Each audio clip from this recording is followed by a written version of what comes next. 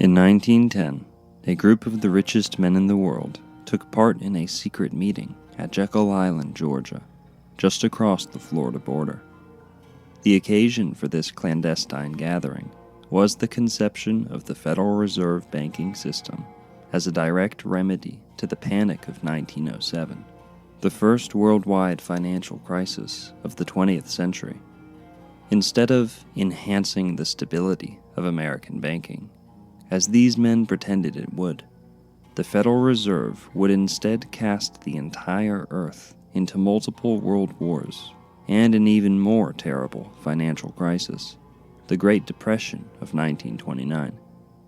However, with the signing of the Federal Reserve Act in 1913, the men involved in that secret meeting at Jekyll Island guaranteed the fortunes of their respective families and business partners for generations to come.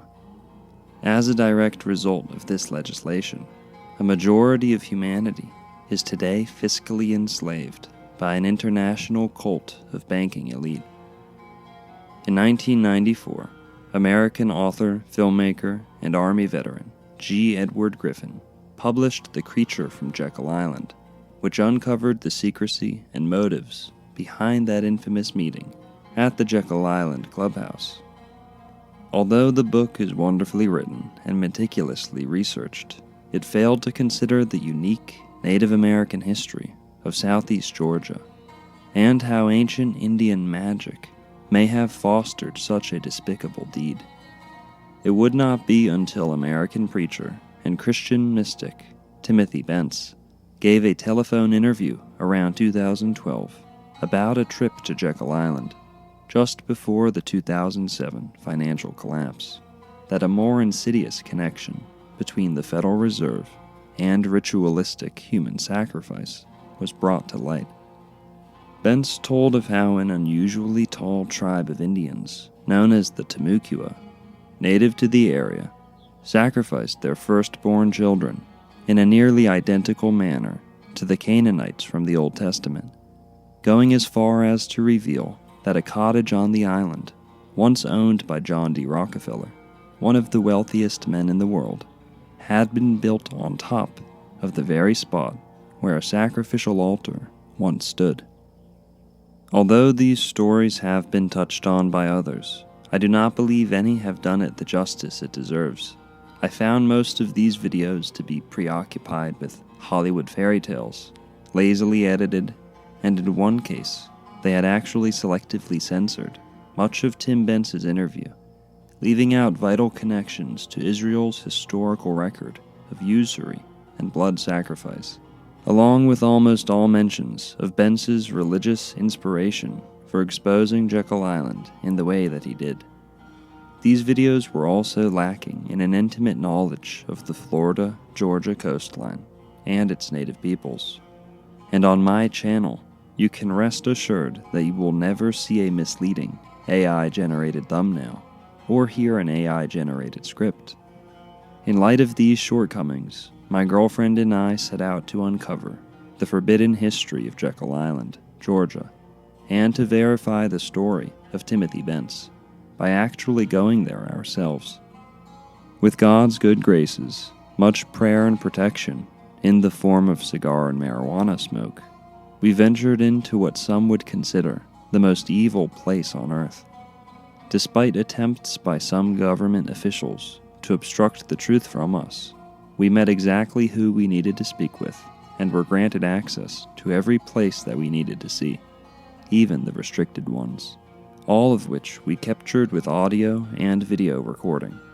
Join us as we uncover the Rockefeller family, J.P. Morgan, the sinking of the Titanic, real-life giants, Indian mounds, golf, occult secret societies, and a few suspicious technological innovations as they relate to the hidden history of Florida and Georgia. This video is lengthy and information-dense, so make sure to kick back, spark up, and pour yourself a little liquid sunshine while you're at it.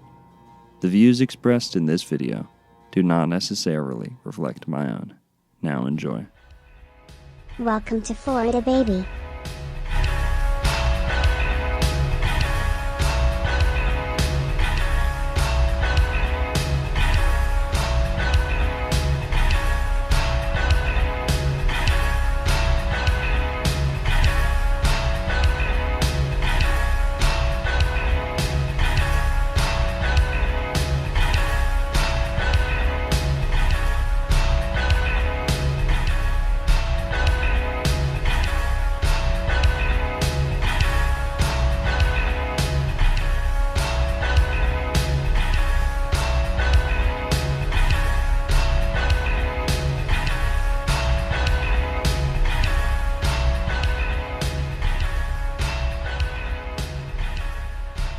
Introducing Dr. Narco Longo.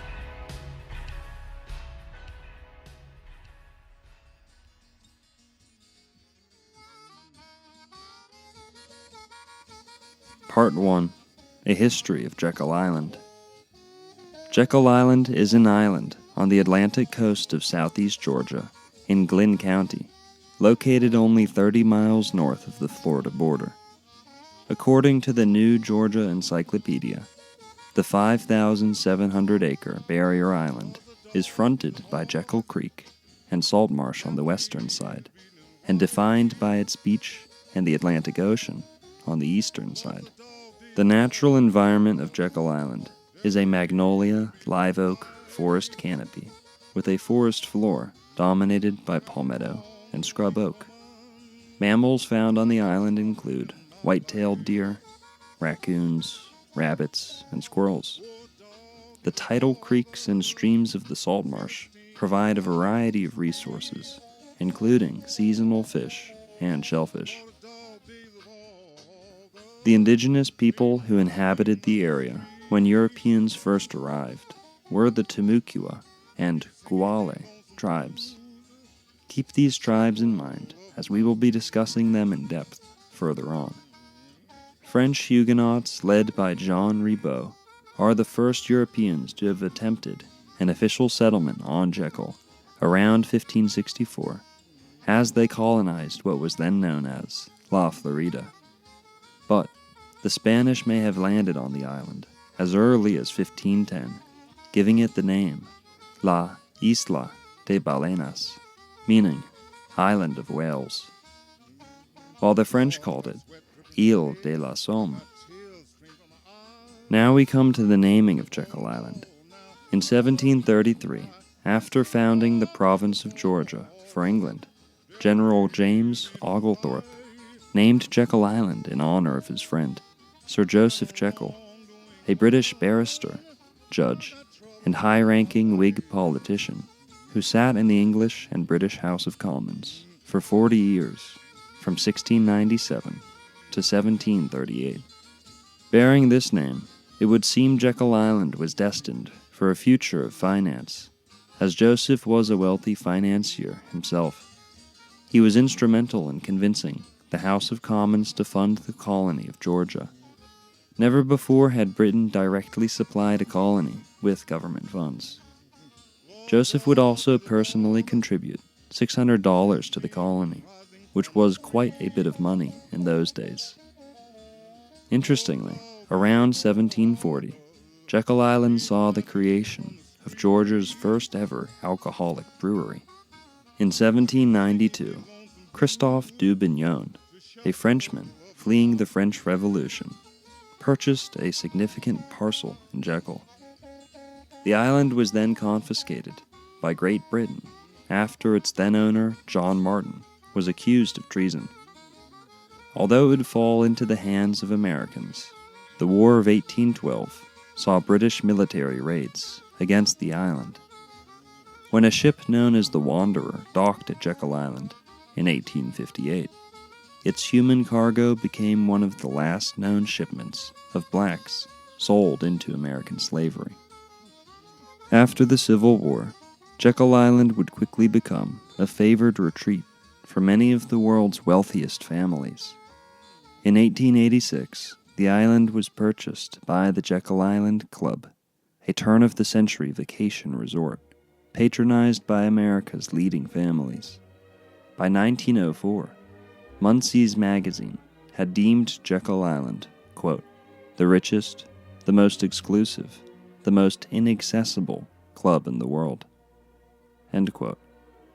These men and women came to fish, swim, golf, hunt, shoot skeet, sail, and ride horses, and as we will see shortly, to conduct their secretive meetings in absolute privacy. It was common for these billionaires, in today's money, to construct or purchase a small home on the island, in addition to being a member of the island's exclusive club. Let us give a brief description for some of the cottages, as to demonstrate the degree of wealth which was attracted to Jekyll Island. at the turn of the century. Dubignon Cottage was built in 1884 by John Eugene Dubignon, the fourth-generation owner of the island itself. Hollyburn Cottage was built in 1890 by founding club member Charles Stewart Maurice, a successful American bridge designer. The cottage known as the Infirmary was built in 1890 for the youngest founding member of the Jekyll Island Club, Walter Furness, of the architectural firm Furness, Evans and Company. Indian Mound Cottage was originally constructed in 1892 for shoe magnate and philanthropist Gordon Mackay, but would later be purchased by William Rockefeller, Jr. in 1905. William's older brother, John Davison Rockefeller, the principal founder of Standard Oil, remodeled the house in 1910. The name of the cottage comes from the fact that it was erected in the footprint of an ancient Indian burial mound or shell midden. Make sure to keep that in mind. Moss Cottage was built for William Struthers, Jr. in 1896, but the identity of the original architect has not officially been determined. Interestingly, Struthers owned one of the largest marble firms in the country, and his family is said to have contributed to the construction of Philadelphia's Second Bank of the United States, among other notable buildings. The building known as the Sans Souci was one of America's very first condominiums, being erected on Jekyll in 1896 by Henry Hyde, the owner of the largest life insurance company in America at the time.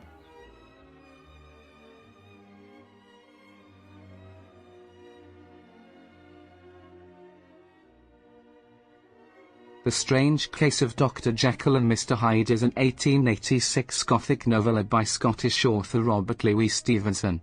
It follows Gabriel John Utterson, a London-based legal practitioner who investigates a series of strange occurrences between his old friend, Dr. Henry Jekyll, and a murderous criminal named Edward Hyde. In popular culture, the term Jekyll and Hyde is used in reference to a person or thing that alternately displays two different sides to their character or nature. The phrase Jekyll and Hyde employs a literary reference to describe a stock market that appears to have a split personality, mixing good and bad character traits. Jekyll represents the good in a market. It is benign, predictable, and conducive to trading gains. A small group of the club's founding members, including J.P. Morgan, were among the building's original residents. Mistletoe Cottage was designed by former architect Charles Alling Gifford around 1897, and would go on to be purchased by American Congressman Henry Kirk Porter.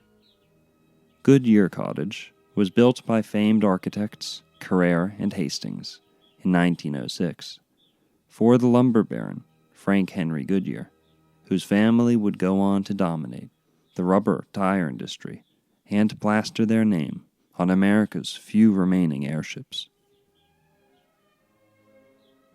As one can imagine, with all this wealth, the inhabitants of Jekyll Island found themselves at the forefront of cutting-edge technologies. The first ever transatlantic phone call was made from Jekyll Island.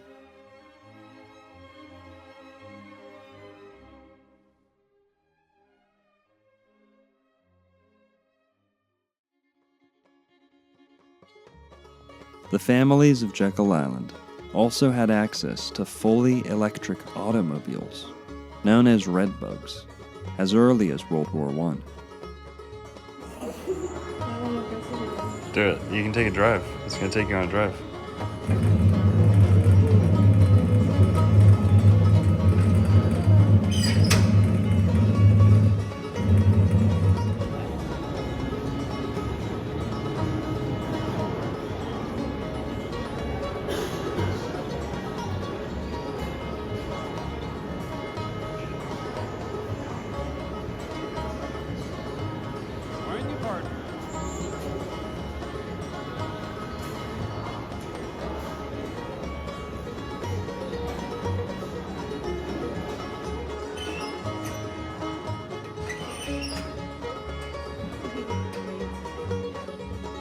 In World War II, the island was confiscated by the government for matters of national security.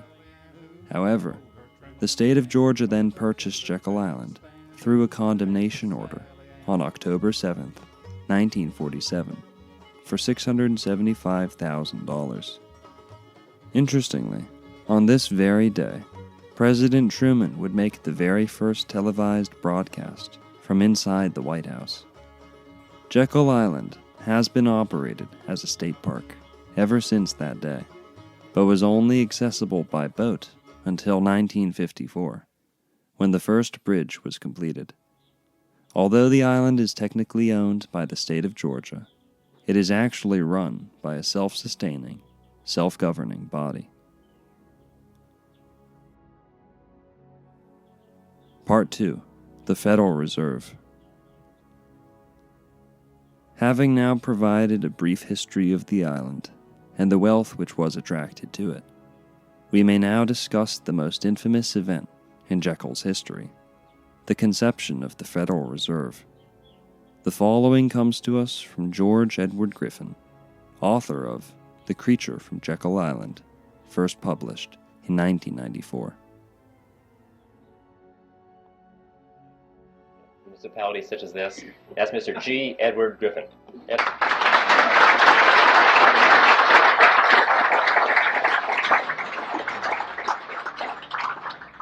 Well, thank you, Mike, and thank you, ladies and gentlemen. I don't know how to take that remark about age. You know, when Bill Jasper stands up and they announce him as the senior editor for the magazine, I know I'm in trouble. So, okay, now to the topic. Are you ready for this? Okay, so am I. So let's start with history. We'll go back to the 1st century BC, to a tiny kingdom called Phrygia. And it was in that kingdom that there lived a philosopher by the name of Epictetus. And it was Epictetus who said, "Appearances are of 4 kinds. Things either are as they appear to be, or they neither are nor appear to be, or they are but do not appear to be, or they are not and yet appear to be." Don't worry, no quiz on that. Well, that's what he said. When I read that statement for the first time, I thought to myself that surely if Epictetus were alive today, he would undoubtedly be a Harvard professor of money and banking. Because this is the kind of explanation we get, isn't it? When we try and figure out what's going on in the economy, or what's going on with the Federal Reserve System. See, what Epictetus did is what is so commonly done with the experts in this field, is he took a relatively simple concept, but by the time he was through explaining it to us, we didn't have the foggiest idea what he's talking about. All he said basically was that appearances can sometimes be deceiving. That's all. We all know that. But he had to break it down into 4 component parts, explained that in 2 ways they are what they appear to be, and in other 2 ways they sometimes are not the way they appear to be, and they broke it down and we didn't understand what he's talking about. Nevertheless, I thought that this statement by Epictetus was a brilliant clue for an outline or a theme for my presentation. Because you know, if there's anything in the world that is an appearance that is deceiving, it is the Federal Reserve System. And in particular, it is one of those appearances of the 4th kind, which, as I'm sure you all remember, are those which are not and yet appear to be. So that's going to be my theme tonight. I'm going to come back to it now and then if I remember to do it, and use it as kind of a punctuation point, because this is perhaps at the most fundamental level the most important thing we need to know about the Federal Reserve System, which is that it is an appearance of the 4th kind, something which is not and yet appears to be. When I did my research on this topic, I came to the conclusion, which may startle you folks here, that the Federal Reserve System does not need to be audited. It needs to be abolished.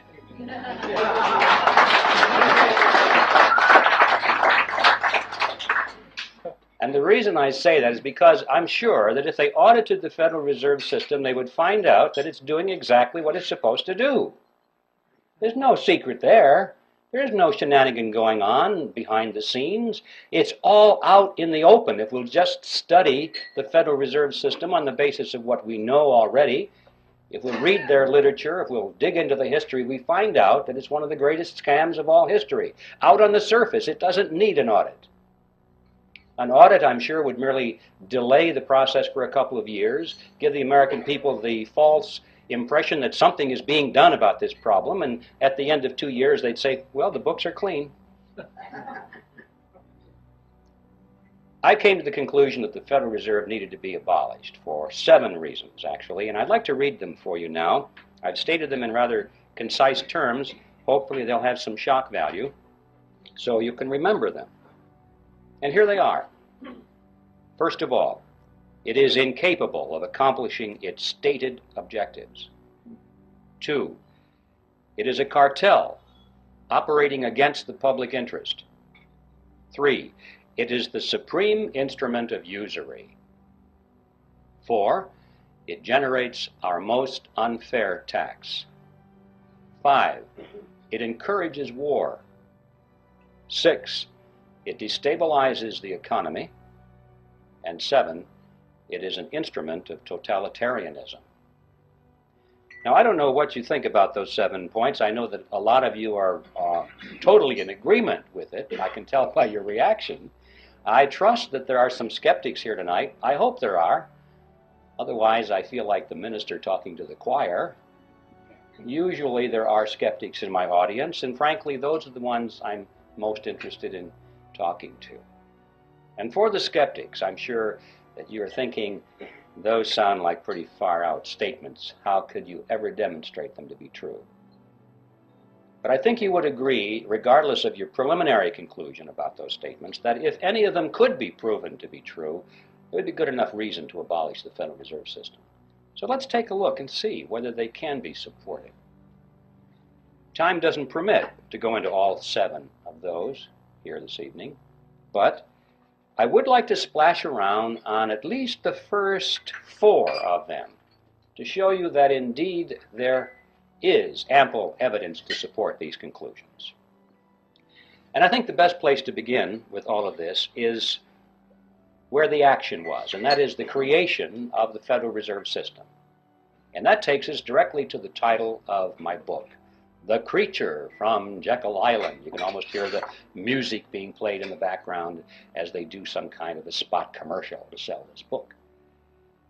I have to admit I had a lot of fun with that title because I had this fantasy in my mind that someday it might be in a bookstore window and people would pass by and think, oh, it's a sequel to Jurassic Park. But anyway, that will never happen, I'm sure. The fact of the matter is, for those of you who know a little bit about this topic, the title has quite a bit of meaning in it. And we have a lot to learn by exploring what that meaning is. First of all, Jekyll Island is a real island. It's off the coast of Georgia. And it was on that island back in 1910 that the Federal Reserve System was conceived at a highly secret meeting that took place there. And what I'd like to do is talk about this meeting and show you that, in fact, the Federal Reserve was created there, and that there was a lot of secrecy surrounding it. And then we'll be confronted with the question, why the secrecy? When things are done in secret, there are often things to hide. And we'll explore what it was that they wanted to hide. And when we finally understand what that was, we'll be face to face with one of the most important facts about the Federal Reserve System that is not generally known. In 1910, Jekyll Island was privately owned by a small group of millionaires. In those days, they were millionaires. In today's dollars, they would be billionaires from New York. This is where their families went to spend the winter months. It was a resort island, a resort club. It was called the Jekyll Island Club. And there was a very elaborate clubhouse there, which was the center of their social activities. It's still there, by the way, if anybody wants to visit it. The island has been purchased by the state of Georgia, and this clubhouse has been renovated. It's a beautiful thing. And around this clubhouse, they had cottages, which were built by many of the families that belonged to the club. Cottages are not exactly the word I would have chosen to describe these structures. I remember on taking the tour through one of them, the guide said that there were 14 bathrooms in that cottage. So you have an idea of the kind of elegance that was there. In any event, the number of bathrooms has nothing to do with the story. I just get hung up on that because it's hard for me to imagine a cottage with that much running plumbing. But the important point was that this is where the Federal Reserve System was conceived, is in that clubhouse. So let's tell that story.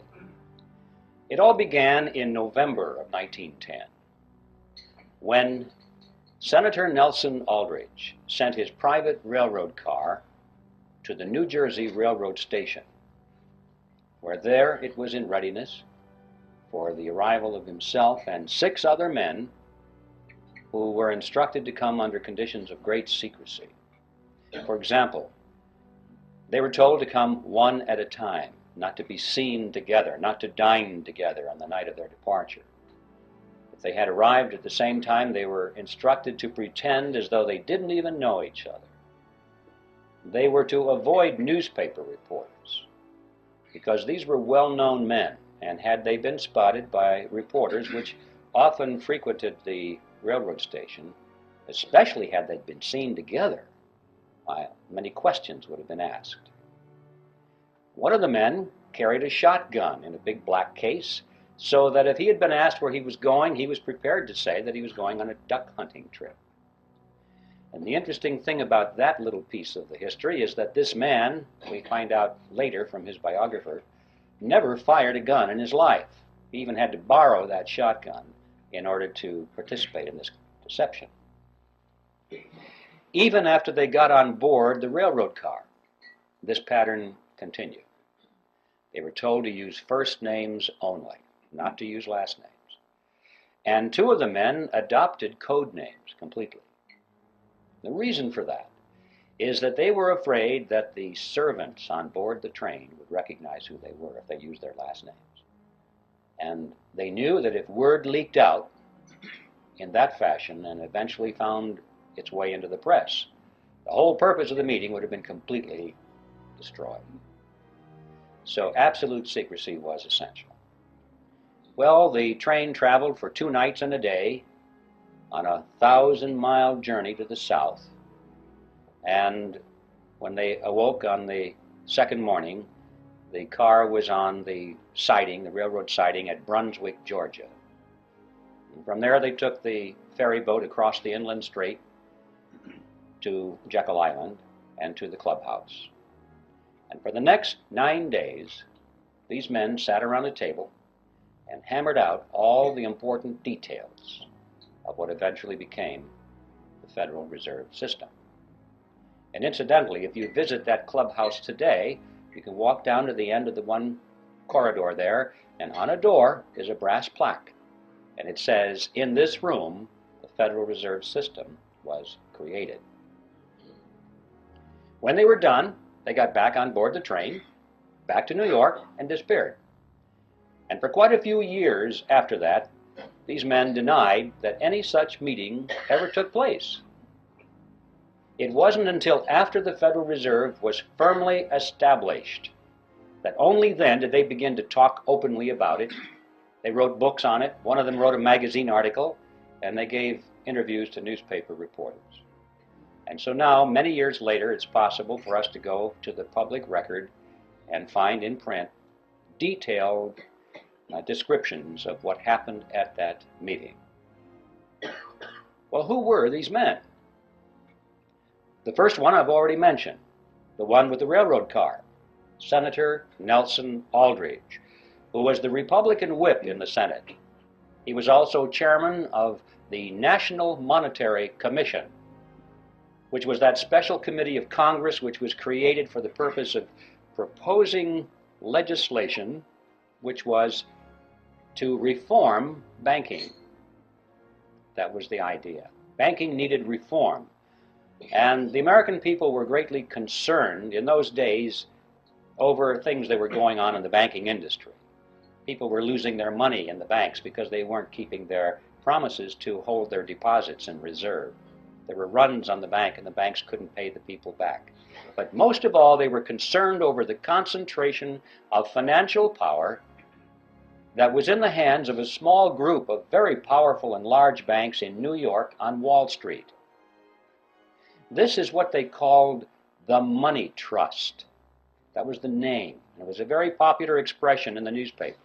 And quite a few politicians were elected to office on their campaign promise to break the grip of the money trust. President Wilson was one of those politicians, by the way. So, that was the purpose of the National Monetary Commission, which was to propose legislation, which eventually became the Federal Reserve Act, to break the grip of the money trust over the financial markets of America. Aldrich was a business associate of J.P. Morgan. He was the father-in-law to John D. Rockefeller, Jr., which means, of course, that eventually he became the grandfather of Nelson Rockefeller, our former vice president. You remember his full name was Nelson Aldrich Rockefeller, so he derived his middle name from his famous grandfather. The second person at the meeting was Abraham Piatt Andrew, who was Assistant Secretary of the Treasury. He later became a congressman, but he was very prominent in banking circles. Frank Vanderlip was there. He was the president of the National City Bank of New York, which was the largest and the most powerful of all the banks in the country, representing the financial interests of William Rockefeller and the international investment firm of Kuhn Loeb and Company. Henry Davison was there. He was the senior partner of the J.P. Morgan Company. Charles Norton was present. He was the president of the First National Bank of New York, which was another one of the giants. Also, there was Benjamin Strong, who was the head of J.P. Morgan's Bankers Trust Company.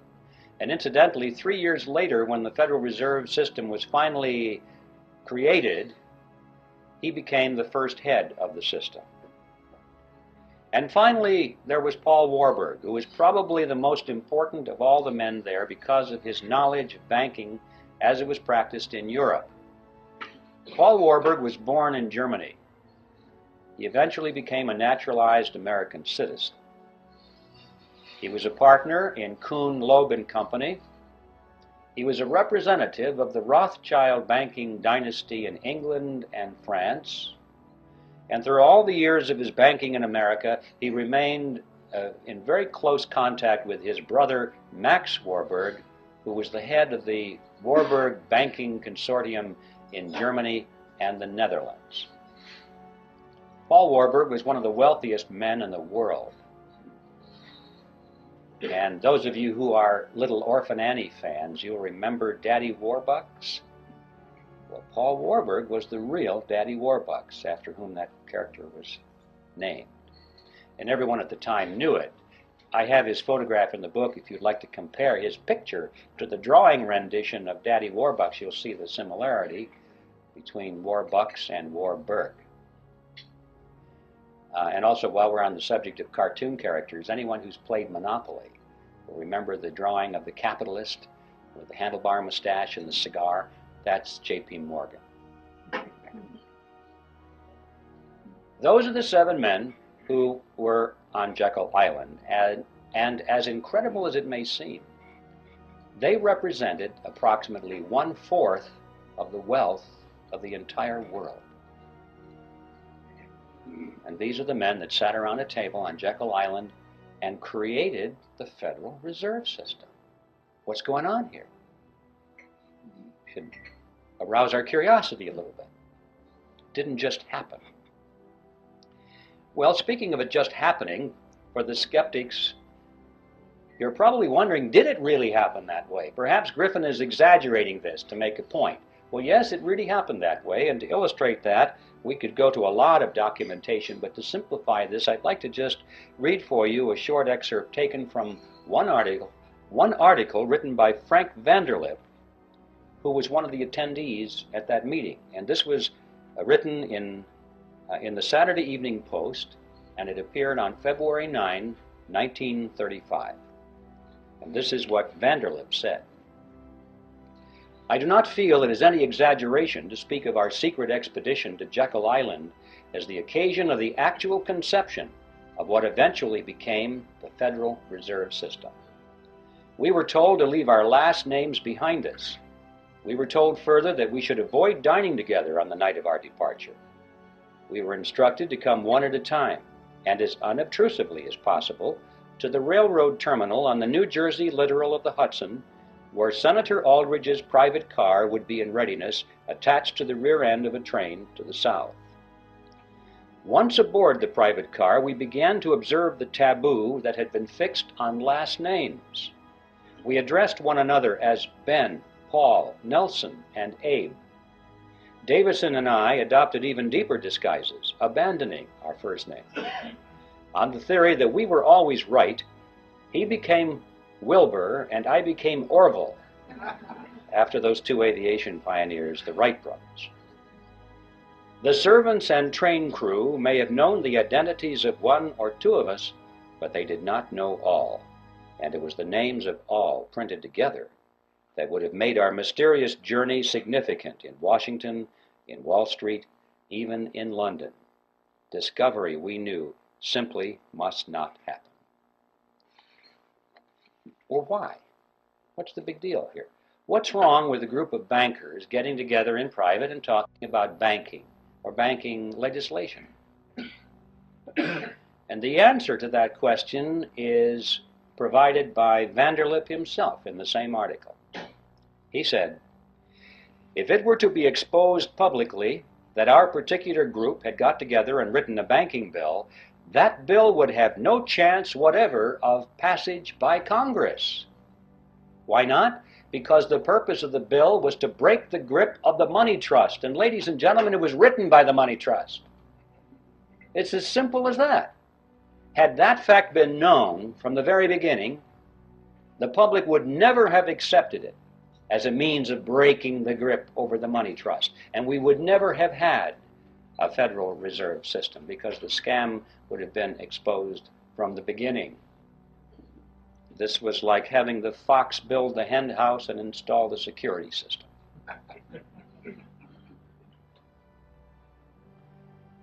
So there is a primary reason for the secrecy. And it's a fact that most Americans have not even considered, that there might have been some kind of deception, massive deception at the very inception of the Federal Reserve System, and for a very good reason. But there's more to it than that, a lot more than that. Consider the composition of this group and the financial powers they represented. Is there anything strange about that mixture? Here we had the Rockefellers, we had the Morgans, Kuhn, Loeb and Company, the Rothschilds, the Warburgs, all in one room for 9 days plus 2 days on the train, coming to an agreement. What's going on here? Anything strange about that mixture? Well, ladies and gentlemen, these were competitors.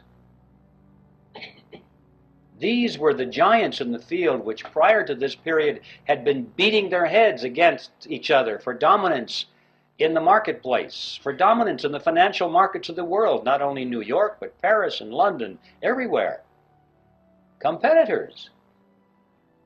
This is extremely significant because it happened at precisely that point of American history when business was undergoing a major ideological transition. Prior to this period, America had grown and prospered and surpassed all the countries of Europe as an industrial and economic power because it adhered to the principle of free enterprise competition. And it was in this period that a rapid transition was taking place to the concept of monopoly and cartel. Going back, in fact, to the old world concept, which had held Europe back for all these years. Monopolies and cartels were becoming the order of the day in America. It was John D. Rockefeller I who said it. He said, "Competition is a sin." He believed it. All of his biographers quote him on that one, by the way. And he and others of these industrialists of the period were devoting all of their time to the elimination of competition. They did not believe in free enterprise competition at all. They knew that the road to riches and power was through the elimination of their competition. During our visit to Jekyll Island, one of our very first stops would be the Federal Reserve Room, but it happened to be locked. Fortunately, we befriended a concierge by the name of Chris, who ended up treating us wonderfully. He permitted us access to the Federal Reserve Room, and was even nice enough to give us a private tour. Chris was more than receptive to some of our perspectives, and even allowed me to film our encounter. Wow. It's a setup for a meeting, but this is the room.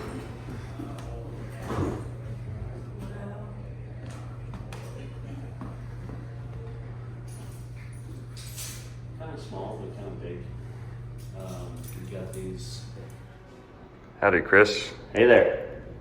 We are in the Federal Reserve Room at the Jekyll Island Club Resort, which formerly the Jekyll Island Club.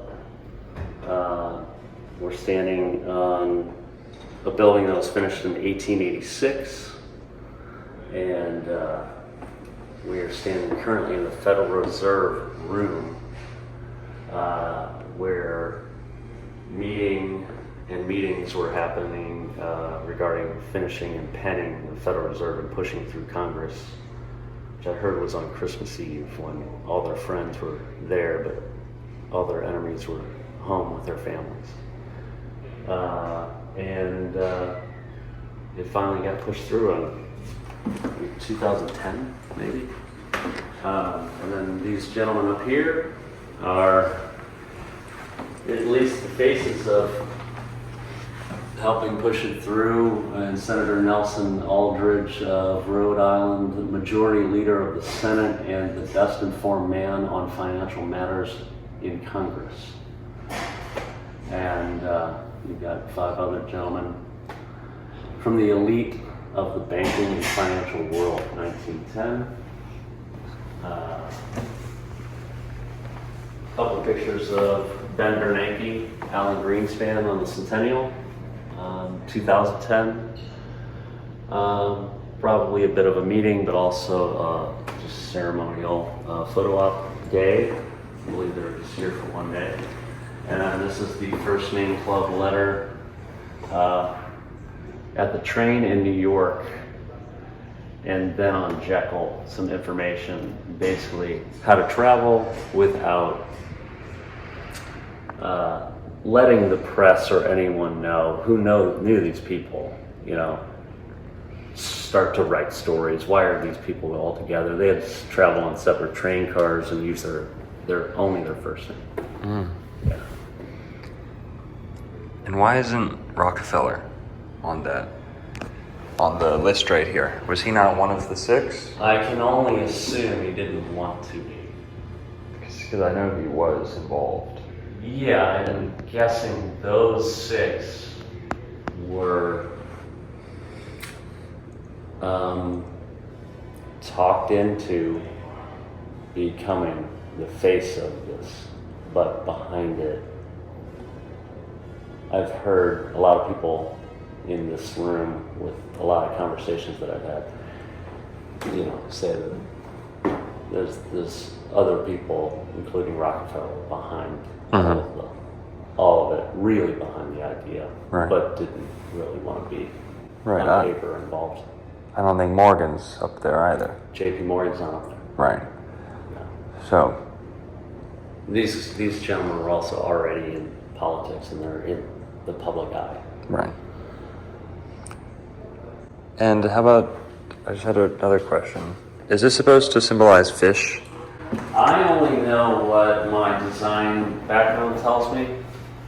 I see a trident and I see two fish Right. facing each other. Seashells, maybe water. And how much is this symbol used around the club, around the island? You know what? I think I've only seen it here. Okay. Yeah. Looks like a shrine to Poseidon or something. Yes. Neptune. That's actually where we get the word finance. Did you know that? No, I did not. Yeah. Oh, that's great. The twin, or double fish, is the chief emblem of Pisces, the 12th and last sign of the zodiac. Pisces gets its name from Poseidon, which is the Greek word for the Roman god and planet, Neptune. Neptune rules over Pisces, and is unmistakably symbolized by the trident. Pisces is the sign of the zodiac which rules over finance and banking. Thus we get the word fiscal, meaning financial, but also fish. We get the word finance from the same root, fin, as in the fin of a fish, or to finish, and thus Pisces is the final sign or finale of the zodiac. Pisces, being a water sign, is responsible for the endless associations between water and money, as in the banks of a river, cash flow, currency, liquidity, debt being depth, and so on. Pisces and Poseidon also rule over psychology, and thus the medical symbol for that field is the trident. Interestingly, Jekyll Island resident and co-conspirator to the Federal Reserve, John D. Rockefeller, is the direct reason why over 99% of pharmaceuticals are made from petrochemicals. I just saw a trident and a couple fish and some seashells, but that is maybe an homage to Poseidon, which I just learned is all financial language. Although G. Edward Griffin gave the most complete and revelatory description yet of the secret meetings held at Jekyll Island in his book, there were a few major elements which he did not cover. The largest of these matters is the sinking of the Titanic. Many have argued that the Titanic was sunk on purpose to eliminate opposition to the creation of the Federal Reserve Bank. Some of the wealthiest men in the world were aboard the Titanic for her maiden voyage, several of whom, including John Jacob Astor IV, Benjamin Guggenheim, and Isidor Straus, were allegedly opposed to the creation of a U.S. central bank. All three men died during the sinking. According to these theories, J.P. Morgan, the 74-year-old financier who set up the eponymous banking firm, arranged to have the men board the ship and then sunk it to eliminate them. Morgan, nicknamed the Napoleon of Wall Street, had helped create General Electric, U.S. Steel, and International Harvester, and was credited with almost single-handedly saving the U.S. banking system during the Panic of 1907. As we have already discussed, Morgan had a hand in the creation of the Federal Reserve, but also owned the International Mercantile Marine, which owned the White Star Line, and thus the Titanic. Morgan, who had attended the Titanic's launch in 1911, had booked a personal suite aboard the ship, with his own private promenade deck and a bath equipped with specially designed cigar holders. He was reportedly booked on the ship's maiden voyage, but instead canceled the trip and remained at the French resort of Aix-les-Bains to enjoy his morning massages and sulfur baths. His alleged last-minute cancellation has fueled speculation that he knew of the ship's fate. The fact that Morgan and his wife were both infatuated with astrology and the occult fueled even further speculation.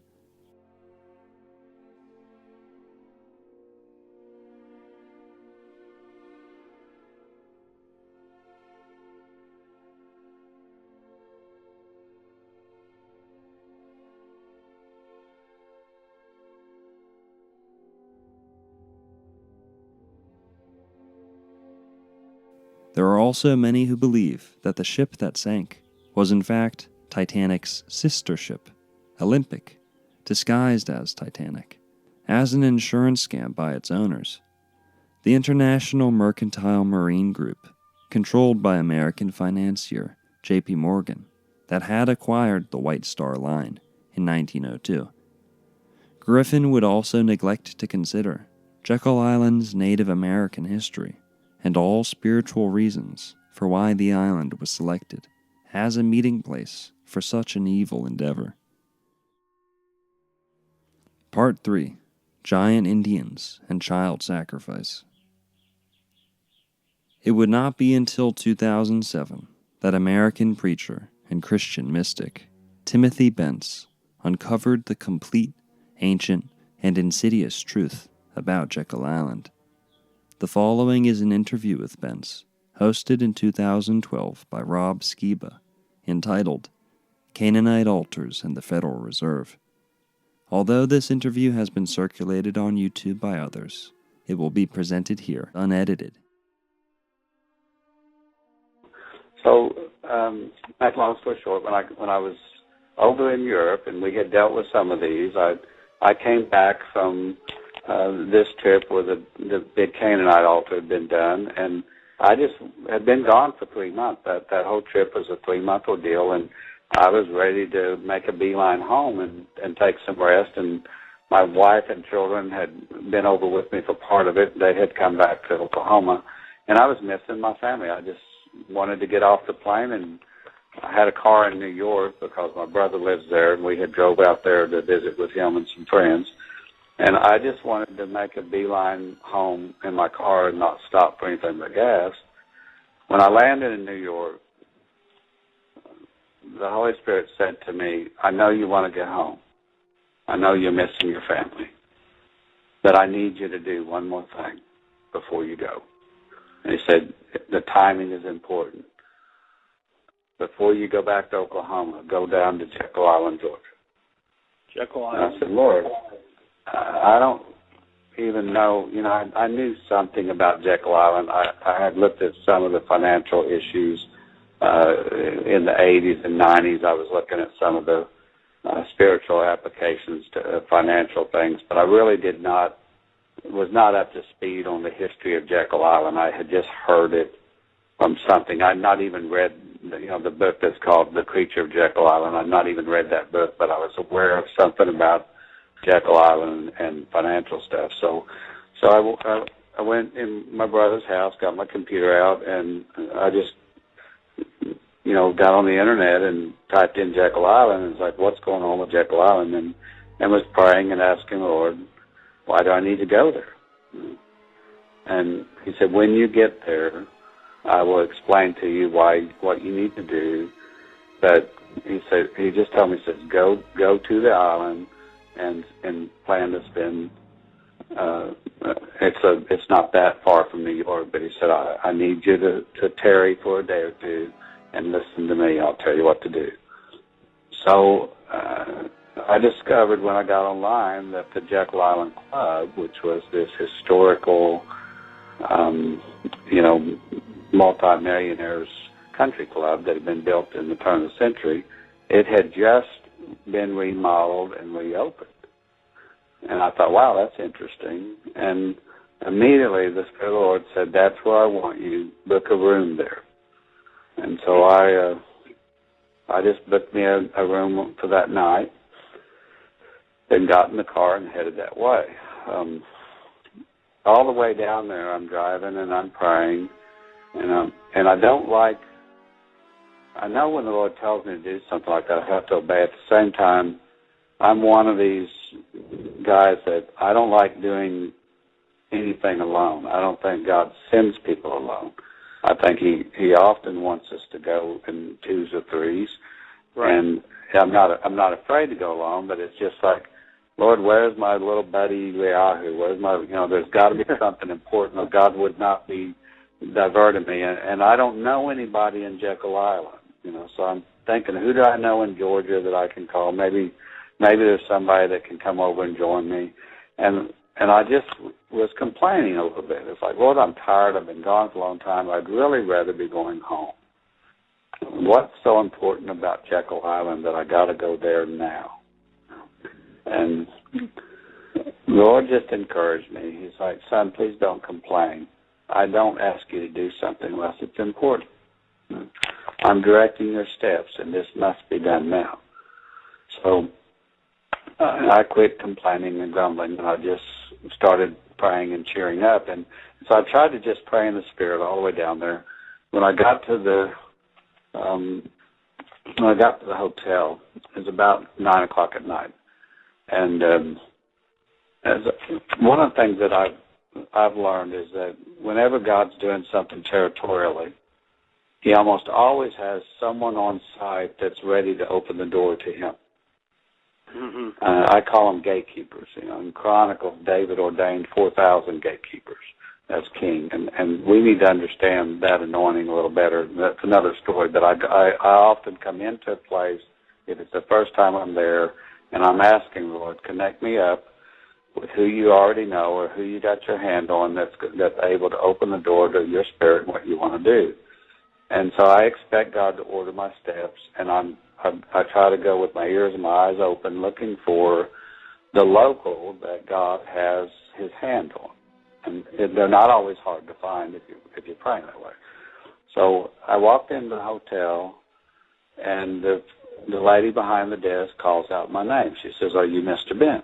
And I said, "Boy, you're really good at your job," because I hadn't said anything yet. She said, "Well, you're the last one to check in. I just kind of figured that you must be Mr. Bentz."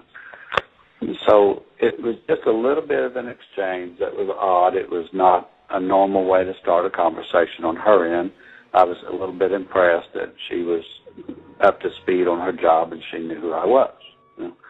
So I asked her, I said, do you look at all the names? How did you know I was the only one left? And she said, well, I was actually here last night when you booked your reservation. I assigned you your room last night. So I realized that you had not checked in yet, so I was looking for you. So I said, well, okay. And then she got this real funny look on her face. And I know if that kind of looked like she's sitting there like she wants to say something else but isn't sure if she should. And I asked her, I said, I'm here for a real interesting purpose, and if you know something else, please tell me. She goes, no, I don't. I'm not sure I should say it. And I said, no, I want to hear it. So I looked at her and I said, look, I'm a spiritual man, and I believe God's doing something with me, and I need to be here, but I don't know why I'm here. So I looked at her and says, you work here. You live in this area. Why am I here? And she said, well, I did hear something really strange when I booked your reservation, but I don't have that kind of experience very often, so it's uncomfortable for me to say it. I said, well, please tell me just whatever you know. Don't worry about it. I experience this kind of stuff all the time. She said, well, I was sitting in the office and I was booking the reservations, and when your reservation came in over the internet, I assigned you your room. I said, well, that's not unusual. So what did you do? What made that different? She said, well, I heard this voice inside me, and that's never happened to me before. I said, what did you hear? She said, I heard this voice said, he's an ambassador. I'm sending him. Give him the presidential suite. And she looked at me. She says, are you a real ambassador that's kind of incognito or something? Because I looked up your name, and you're not an ambassador of a country. I said, I kind of laughed. I said, I'm not an ambassador of a nation that you understand, but I was sent by the Lord Jesus. He's the King of Kings and Lord of Lords, and the word ambassador is one that's sent on an errand. I'm representing him. I am here to represent him. And I said, he's the one that's important, that's coming on your hotel site, not me. And she said, well, I gave you the presidential suite. But I was kind of thought it interesting what I heard, because I've that's not normal for me to hear something like that. And so I said, do you know Jesus? Do you know the Lord as your Savior? And she said, yeah, I believe in God and I believe in Jesus. I just don't hear like that. You know? So I said, well, did you hear anything else? She said, yes, as a matter of fact, there was one other thing. I heard that I needed to give you the presidential suite, that you needed to be here for 2 nights, not 1. So I booked your reservation just like you asked for it, but I've also reserved you for another night. And I did that without pay. I'm applying your payment to both nights. So you're getting the presidential suite for the price of 1 night, for 2 nights. And she said, I heard that I needed to introduce you to the gentleman that is in charge of our museum on the island, and a few others that work here at the hotel that have lived here most of their lives. I said, okay. That sounds like you heard a word from God. And don't ever be afraid of that. Listen to his voice and let him lead and guide your steps. And thank you very much for telling me. This is going to be fun. We're going to figure out what he wants to do. And I had no idea that it would relate to some of the other things, but I just thought that was so much fun. It was like one minute I'm feeling alone, another minute it's like God's already got somebody on side that's hearing him and obeying him. Even though it was her first time to have an experience like that, she was obeying what she heard. That's what's critically important when we're doing spiritual warfare. It's not just to run into the battlefield and try to take down the demons, but it's to hear and obey. So anyway, it was 9 o'clock. She texts me in and she tells me, we'll take care of your bag. We'll have the valet park your car. She said, your room includes supper and breakfast, and the restaurant's only open till 10, so if you want to, go right on in there and get you a meal. We'll get your stuff up to your room, and you can go up there in a little bit. And then you need to come down sometime before 10 o'clock and have your breakfast. And so I went in the restaurant and had a good meal and went to my room and got some rest. And the next morning I went down for breakfast, and a different lady was at the desk, but she had a note for me. It said that I had an appointment arranged with the museum director, and that he was blocking out most of the day to spend with me. So I had my breakfast, and then when I went over to meet with him. Again, I'm just there. I don't know personally yet why I'm there. I'm just hearing and obeying what I do know. But I'm rested and I'm well fed and I've been taken good care of, and the presidential suite was fabulous. And it was like, Lord, why did you give me this? I didn't ask for it. I didn't ask for a special VIP treatment. Why are you doing this? So when I asked the lady at the desk, the one that I had met the night before was not there. So I said, this is a pretty nice room, what you guys put me in.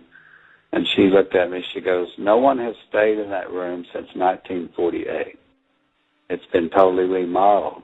You're the first guest that actually has stayed in there since it's remodeled. She said, the last person that stayed there was the actual president. And I thought, well, that's interesting. So I'm sitting there just pondering the idea of that, not getting caught up in the luxury of the room, but just thinking, what is it about that room that God was wanting to invade? And thinking it's not about me having a nice king-size bed and some luxury. It's about him coming in and doing something himself. Why did he need the presidential suite?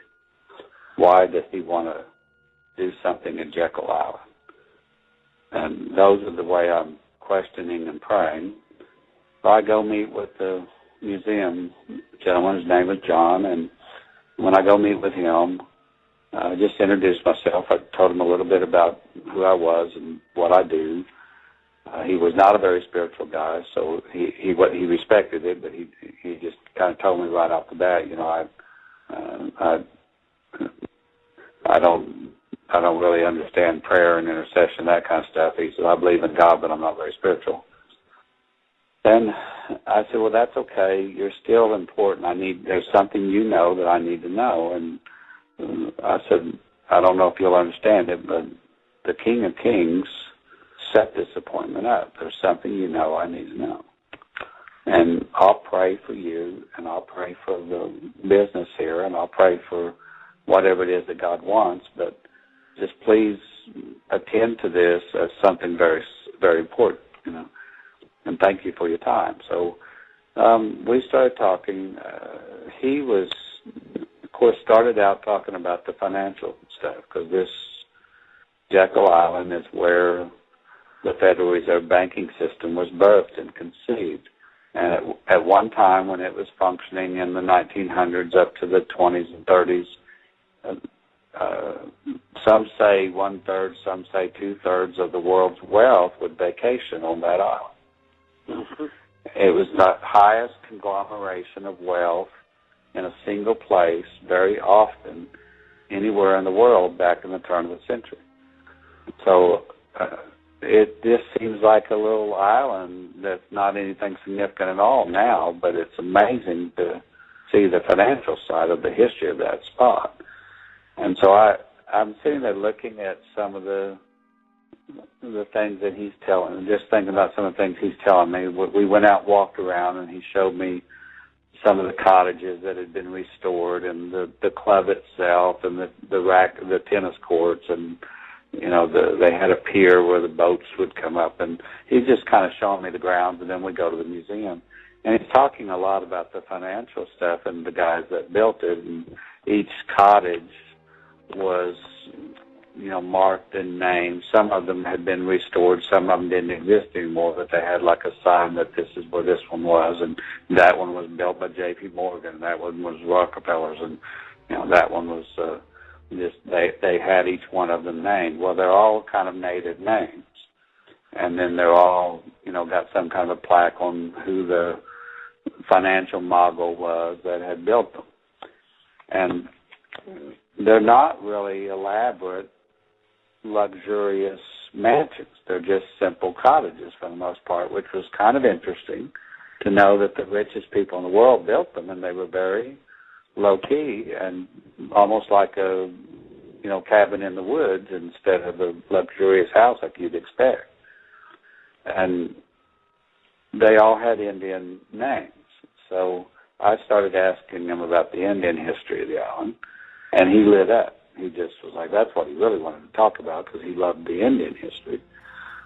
And so he takes me back to the museum, and he said, we got a lot of stuff on the Indians. He said this was actually like the government main community for a tribe of Indians that don't exist anymore. That tribe was called the Timucus. And I said, well, that's interesting. My name's Tim. And anyway, I didn't know anything about the Timucus. I'm from Oklahoma. I've learned a lot of native history, and I have some native bloodline, but I did not know anything about the Timucus. So I just asked him, please tell me everything that you can tell me about them. There's something about the natives that I feel like I need to know. So he said, well, the Jekyll Island Club was actually built on top of everything that the Indians had. So they just kind of wiped the village out and built the club on top of it. So wherever the chief's house was, there was a cottage now. Wherever the council house was, there was now the Jekyll Island Hotel. And he said everything that's built and visible today is actually sitting right on top of something that was significant in the Indian village when it existed. So he said the fact that this whole place had to go into ruins and then be rebuilt and become an archaeological state park, he said it actually helped us identify the native history, because the club itself had almost erased that. And so I said, well, let's look at the museum. I want to see some of the Indian stuff. So we're looking at arrowheads and spear tips and, just artifacts that they had found and pottery shards and things and seashells that they had, and he's showing me all their stuff in the museum.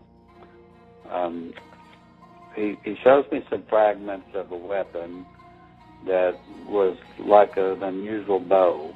And when I say unusual, I mean that it was like a double curved bow. And that was a very unusual shape of a bow for a native tribe. I had never seen that shape before with an American Indian tribe.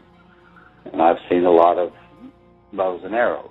So I asked him, I said, this seems unusual. I've not seen this before. In Oklahoma, every native tribe, the bows would look like a single bow or just a single curve.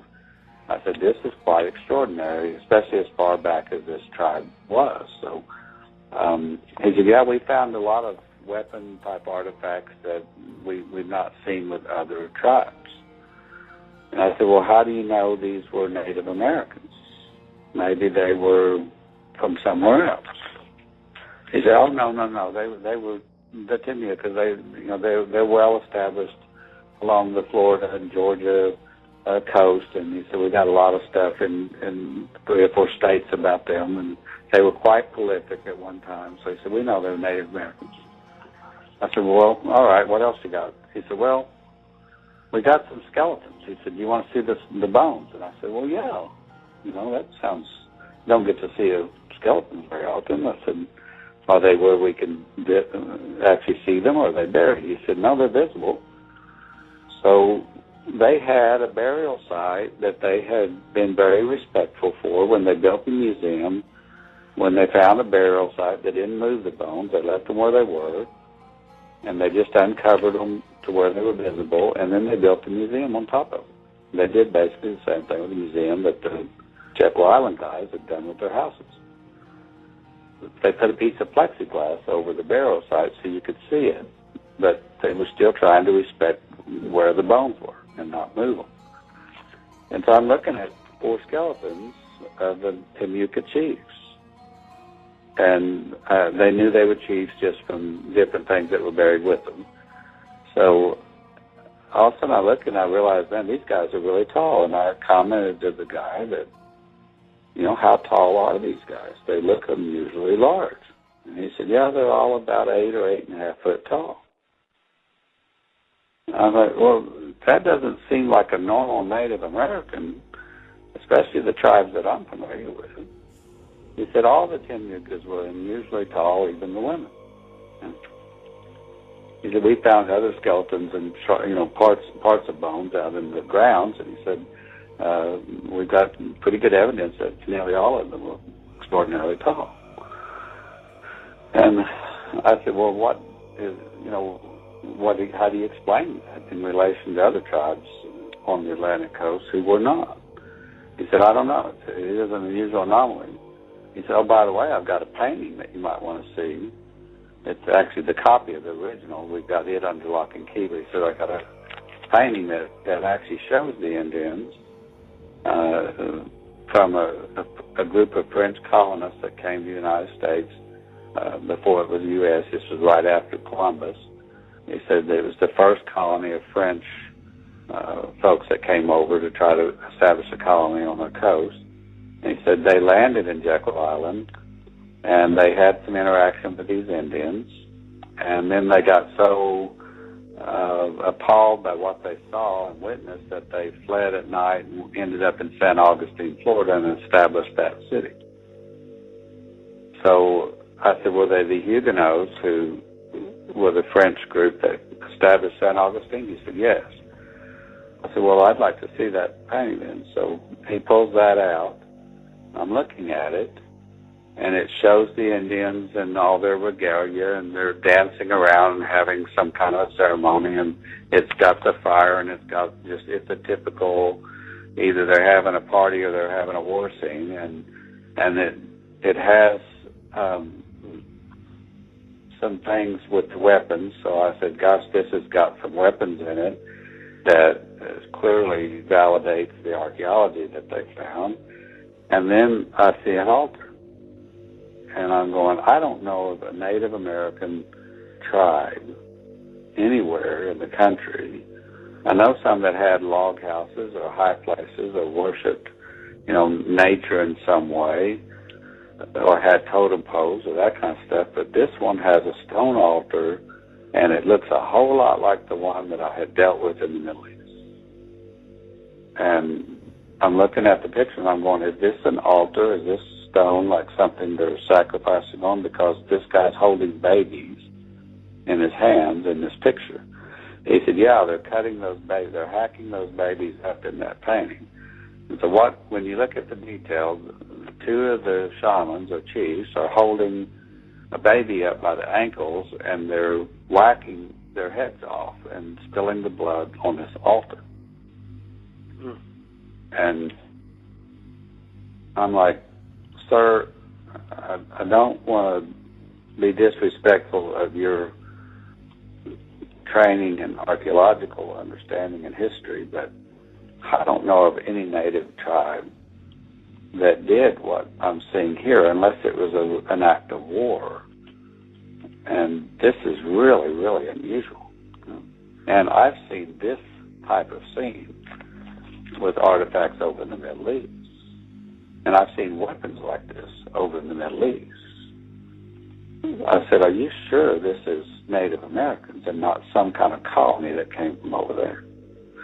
And he was convinced they were native, and I said, well, I'd like to show you some things on a few websites that identify artifacts in the Middle East countries, and especially Egypt and Israel and Syria and Jordan area, and some of those spots where there's some of these ancient groups. And I said, this type of altar, this type of religious ceremony, and some of these weapons, I've seen them before over there. Well, he was quite interested in that because he loves Native American history, but he's starting to question, maybe I need to dig into this more. That was his comment. So I said, at that point, then I thought, I believe this is why I'm here. I needed to see this and hear about this. At this point, I'm not that concerned about the financial stuff anymore. I'm wanting to know, where is this altar? And so I asked him, I said, can you take me to this altar? I often pray over these things, and it's very beneficial for the land and for the country and for the people. Can I go to this altar and see it? He said, I can take you to the altar, but you can't see it. I said, why can't I see it? Is it buried? He said, no, it's not buried, but it has a house built on top of it. I said, who would be crazy enough to build their house on top of a blood sacrifice altar? He said, well, Rockefeller was. So, nice. Okay, can we go there? And he said, yeah, it's just a short walk. Come on. And we've actually, had already walked by it. So he said, I've got the keys. He said, normally nobody can go in. The way these things are set up, they're historical homes now. The state of Georgia owns the park. They lease out to another group, the hotel, to run, but the houses are maintained on the National Historical Register, and they're part of the state park. So you can't go in any of them without a guided tour or permission, but you can go look in the windows and walk on the porches and walk all around them. And they're set up inside just like they were when they were actually being used back in the 20s and earlier. So we go over there, and he's got the keys, though. So we go into the house. And he takes me into the parlor, and he says, well, I know you're a praying guy, so you probably would like to have a little time to pray. He said, you're standing right on top of the altar right now. This is the room that is built on top of it. He said, I'm just going to go over here and sit down for a few minutes and read the newspaper, and I'll let you pray and do whatever you need to do. Now, this parlor, that's where those guys, J.P. Morgan and all those guys, actually conceived of the Federal Reserve, right? Right over that altar. That's exactly right. It's the room that they were sitting in when they drew up the entire legislation and plan to pass it that became the Federal Reserve Act. Wow. So this was the conception of the Federal Reserve banking system, on the parlors sitting on top of a blood sacrifice altar. Where babies were sacrificed. Yes. And so all of a sudden it's like, wow, no wonder our banking system has so much corruption in it, even when people want to do the right thing, you know. No kidding. And so, just being a banker is not an easy job, but it's like, not all of them are bad guys, but it's like, wow. And that was not what our founders set up. That took over. It usurped the authority of the way our founding fathers suggested that we bank as a country. And even the way it was passed had a lot of, things that didn't seem right about it. But the idea that it was conceived like this, I'm going, this is not just a bunch of wealthy guys that got away for a vacation and came up with a profitable business plan. This has got something diabolical, something occultic about it, something evil that's wrapped up with it. Yeah. And so even if it had been a good idea and something beneficial for the country, which many would argue that it was, this demonic power must have gotten into it. That's what happens when an altar is not dealt with. That's what happens when God's people do not do spiritual warfare the way He tells us to. Right. Then we all become subject to it, because they didn't just create a bank, they created a banking system that every one of us have become subject to. So think about this. You've got money that you receive as a ministry, or that when you earn, I'm sure you tithe and give offerings. On your money is idolatry. It's printed right on your money. Right. And you're using that money. You're coming into the house of God, and you're laying that idolatrous coin or dollar bill on God's altar and saying, I'm giving you this as an offering. Wow. What if the living, holy God hates it? Wow. We don't have a choice, because we're subject to it. Yeah, It's that's why the they call it circulation, because that's exactly what we're doing. We're circulating a talisman that has evil attached to it right from its conception. Is it possible, now I'm not saying thus saith the Lord here, but is it possible that a lot of the financial blessings and a lot of the things that God has promised His people, and that we're supposed to be the head, not the tail, and we're supposed to be, we ought to be running the world in a righteous, holy way, not ruling over people in a mean way, but just bringing wisdom to every single industry. Right. I think it's real possible that the reason why many people in the body of Christ struggle financially, even when they're doing God's perfect will, even when they're walking out their ministries as best they know, is because we're forced to do business with something idolatry, and we must be bringing a stench before God's eyes when we give Him an offering with it. Wow. That's why He says that, I don't want your offerings. I want praise. I want worship. I want prayer. It's tough, because everything we do, from eating to living and electricity, everything we do costs money. We're trapped in an evil system. That's what I'm saying, that we've become subject to it against our will. Either we didn't resist and say, no, we don't want that. We didn't elect our representatives to represent us correctly, because they deviated from righteous wisdom when they passed this bill to allow idolatry become the circulated means of exchange. And the fact that we are subject to that says there's something wrong in the land, not just something wrong with our hearts. There's defilement in the land, and then there's defilement in our hearts. And, all right, now, to relate that to Scripture in one way, without deviating too much from the story, because I want to tell you the rest of the altar part, but when I was in Israel the last time, I was studying out with some of the rabbis that I know that passage of Scripture on Jesus turning over the tables. And I was meeting with some Orthodox rabbis, but they were respectful of the fact that I believed that Jesus is, or Yeshua is the Messiah, and I asked them some hard questions. And they asked me some too. But one of the questions I asked them was, why did Yeshua need to turn over the tables at the temple? What was going on? You know, I assumed and had been told by other pastors and ministers that they were probably cheating people at those tables. They weren't giving them a fair exchange. They were, using dishonest scales, and Jesus knew they were cheating, so he threw their tables over. I got quite a different answer from the rabbis.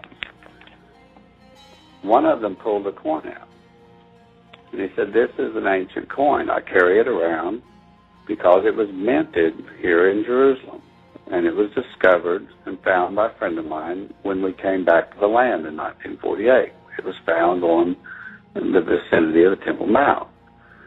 And he said this was called a Jerusalem shekel. It was minted from the time of David all the way up to the time of the temple being destroyed in 70 A.D. Only it was changed once during that period. He said when David ordered coins to be minted, it had a menorah on it. But during the days of Herod, this coin had the same weight, the same, constitution. It was mostly silver, and it was a set weight exchange. But he said they changed the picture on it. It was no longer menorah; it was the face of Baal. Yeah.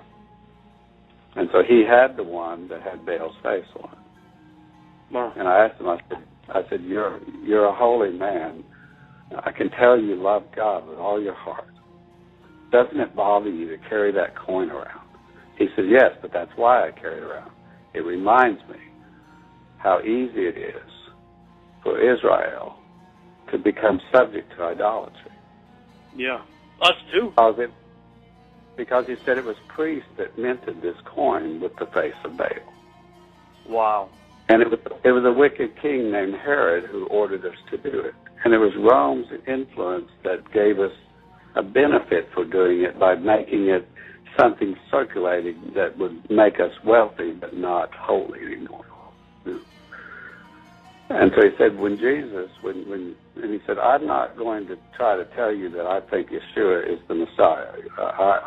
He was pretty adamant that I don't agree with you on that. But I'm searching that out because my best friend lived his whole life trying to prove that that was not accurate. And he died telling all of us in this room that he had come to the conclusion that Yeshua was the Messiah. And because he was my best friend, I'm searching that out in the Scriptures now for myself. But he said, however, whether that's the case or not, historically, if that's accurate, what Yeshua did, he did Israel the greatest service when he turned those tables over. I said, I don't understand. What exactly did he do? He said, he said publicly, my Father's house is a house of prayer, but you've made it a den of thieves. He said, that phrase doesn't mean you're cheating people at the table. It means you're robbing men of their souls. Wow. He said the reason was because Herod required a temple tax, and the priests of that day were corrupt, and they required tithes and offerings and taxes to be paid. And the rules in Scripture was that whenever a census was taken, half a shekel for every male had to be paid, whether you were poor or not. And he said Rome required a census to be done every year so they could collect the tax. And so he said to pay that tax, you had to come into the temple and pay it with a shekel or a half shekel. And the only shekels that were allowed were ones with the face of Baal on it. Wow. The face of Baal in the temple of Jehovah. Yes. Wow. So Jesus was saying to the whole city that day, stop giving your money to these priests. Stop putting it in that offering plate.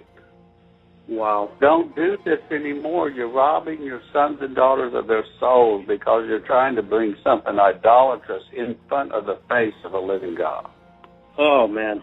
I mean, I've been saying that without even knowing what I'm saying, because this is what you're saying is new revelation for me. But I mean, I've been saying for over a year now that I hate carrying at least a $1 bill in my pocket, because that's the whole thing is to Baal. It's Nimrod. I mean, I call them Nimrods.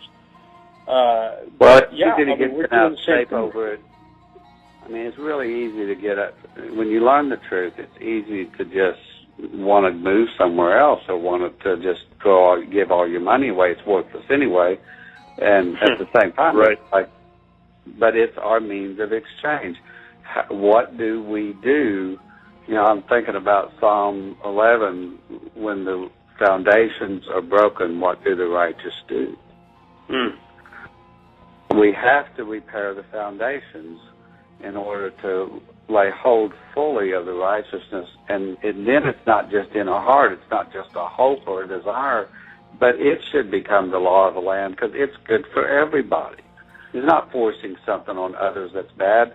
It's giving them righteousness and peace and joy and freedom, which is what our country was established for.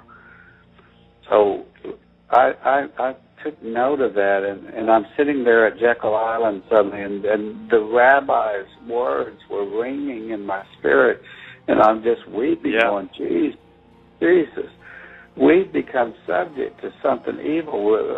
We're being robbed of our souls. Is this going on in your temple in America, like it was going on when you turned the tables over in the Temple Mount? Yeah. And the Lord just said to me, absolutely it is. And it's not just that, but it's got a blood oath and a covenant with something evil attached to it. And its evil design is to enslave you. And while I'm standing in the parlor, the Holy Spirit says these words to me. He said, son, are you free? I said, yes, I'm free because you made me free. He said, no, you're not. You're a slave. Because you have debt that you're not fully paid off. Yeah. And I said, well, yes, Lord, I know that, but, I'm not behind on my bills. I'm paying it, and I've asked you to clear my debts. I've asked you to help me get that done, and you've promised me you would. He said, I know, but you need to understand what's happening today, why this was so important, why I needed you to come here instead of go home. Because he said, right now, if I gave you the money to pay off all your bills and your house and your car and all your possessions and your credit card, if everything was paid off, would you then be free? And I said, yes, Lord, I wouldn't owe anyone anything but to love them. He said, you still wouldn't be free because you're a citizen of the United States. Right. Right now, at this day, you owe about $30,000 just because you're a U.S. citizen, even if your house was paid for and your cars were paid for and you had no other debt. You owe that money because you're a citizen and because your representatives have put that debt on you. And so I said, well, how do we break an altar that I can't see and I can't put my hands on? And I'm in a historical house. I don't want to damage the house. What do I do? And the Lord said something funny to me. He's like, whenever He says my name, it's kind of like Dad. You know how your dad would call your name, and I better pay attention. It's like, yeah, right. Timothy, how big is your spirit? Lord, I hate it when you ask me questions like that. I don't know the answer to that. You know the answer. Tell me. He said, how big do you think your spirit is? I said, I really don't know, Lord. I know that, the Word says I sit with you in heavenly places, and I know I'm right here on the earth, that somehow that's possible to be in both places at once. You're in me, and I'm in you. I don't really know how to answer you. He said, you're big enough to sit in my realm and stand there at the same time. You believe that? Yes. He said, I want you to pray until you can see my face and until you can see the altar in the spiritual realm. Don't worry about the other gentleman. He's going to sit quietly while we do my business. I said, all right, Lord. So I started praying. Shut my eyes and began praying intensely. And probably 15 minutes, I began to see in the spiritual realm, and I could see his face. And he was smiling. He was just smiling. It was like he was almost giddy, like he was having fun, getting ready to do something fun. And he's just looking at me. He goes, do this. And he stood next to the altar, and suddenly I could see it, and he's on one side and I'm on the other. And he just says, in my name, and he kicked it. And so I kicked my side, he kicked his side. And a similar thing happened. It wasn't quite as dramatic as what had happened over in the Middle East, but suddenly we heard this crack again. I don't get that. I don't know what that's about, but something breaks in the heavens when this kind of stuff is done. Yeah. And our museum buddy jumps out of his chair. He realized, he's like, what did you do? He thought I had broke the floor or something. I said, I didn't do anything. I just prayed. He said, well, I just heard a loud noise. What was that? I said, the demonic power that is dealing with this altar is broken. He said, well, what does that mean? What's going to happen now? I said, I'm not really sure.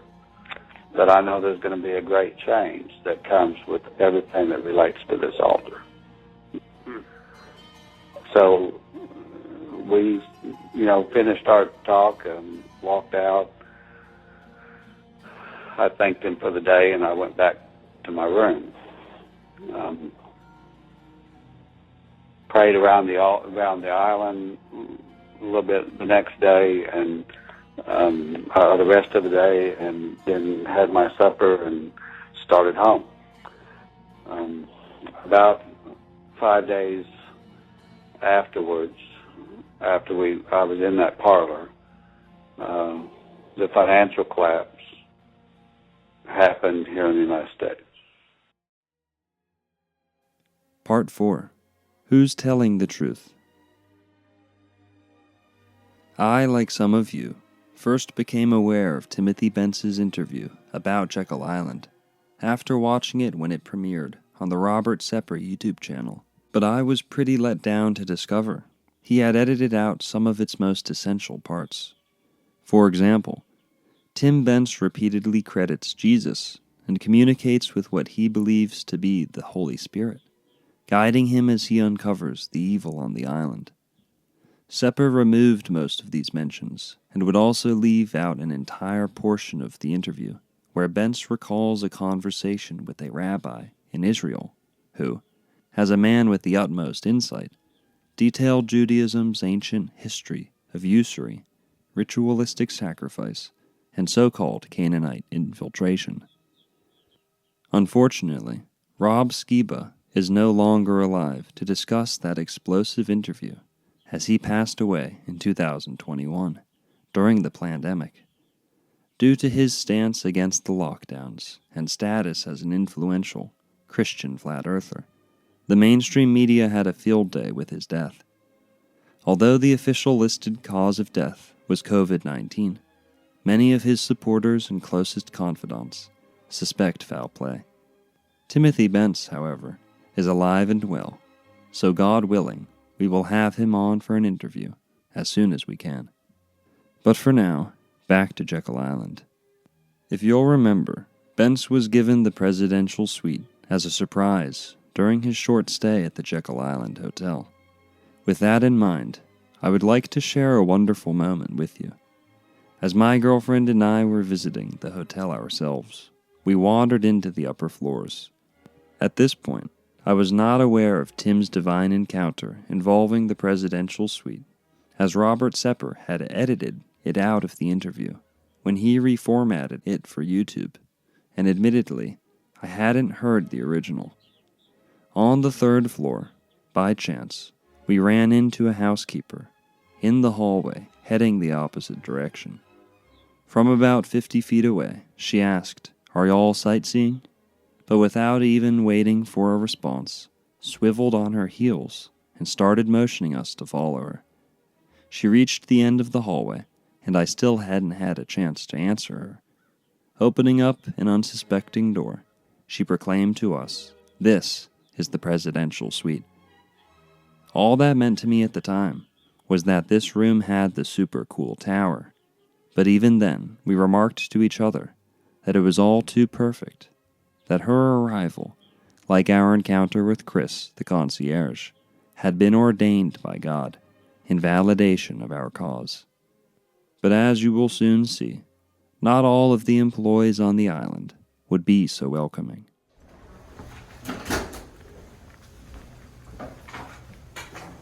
Oh, wow. Thank you very much. This is this a big room or a small room? This is the presidential suite. Oh, yeah? The tower. This is the tower.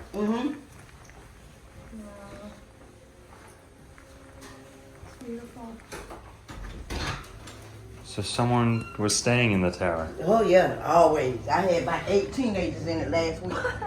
They all fit? Yes, they had rollaways everywhere. Wow. Wow. And what was your name? Siobhan. Thank you, Siobhan. You're welcome, This baby. is VIP treatment.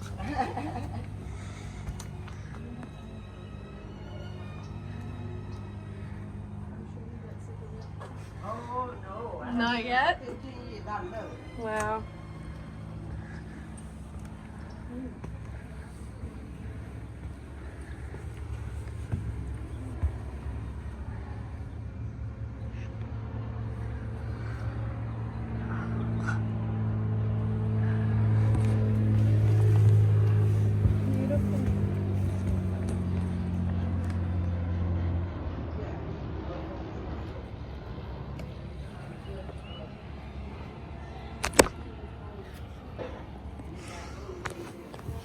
Go up there, but I just have to be in here. You sure? Come Come on. this way. Go up. Okay. All right. Well, I'm going to do 7. I'm going to do 17. And that's a stayover by that time. I'll be on full time. I had been for a stayover when they checked out. And they need it for, yeah. So they need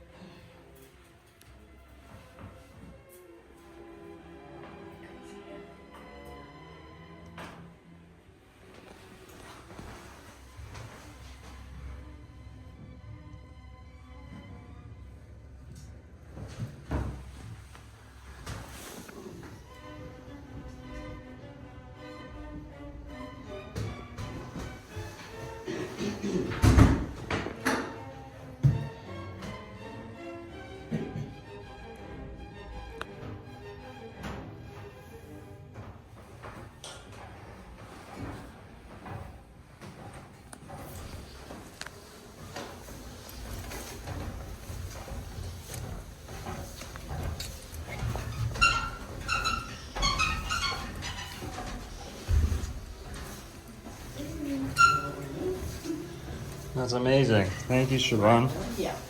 Appreciate that.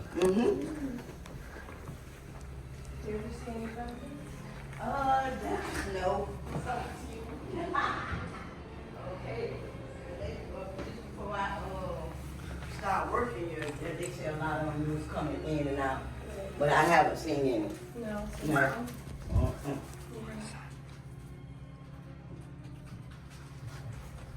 Thank you very much. Yeah, you're Appreciate welcome, it. welcome, Made our day. Me too.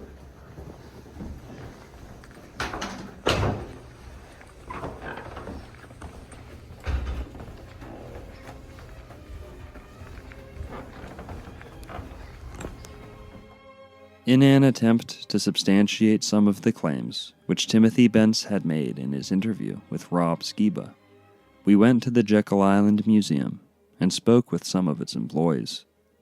I felt that videotaping the workers might make them uncomfortable, so we only recorded audio, which is well within our rights in the state of Georgia. Little did I know that we would be the ones who were made uncomfortable. You know a little bit about the history in here?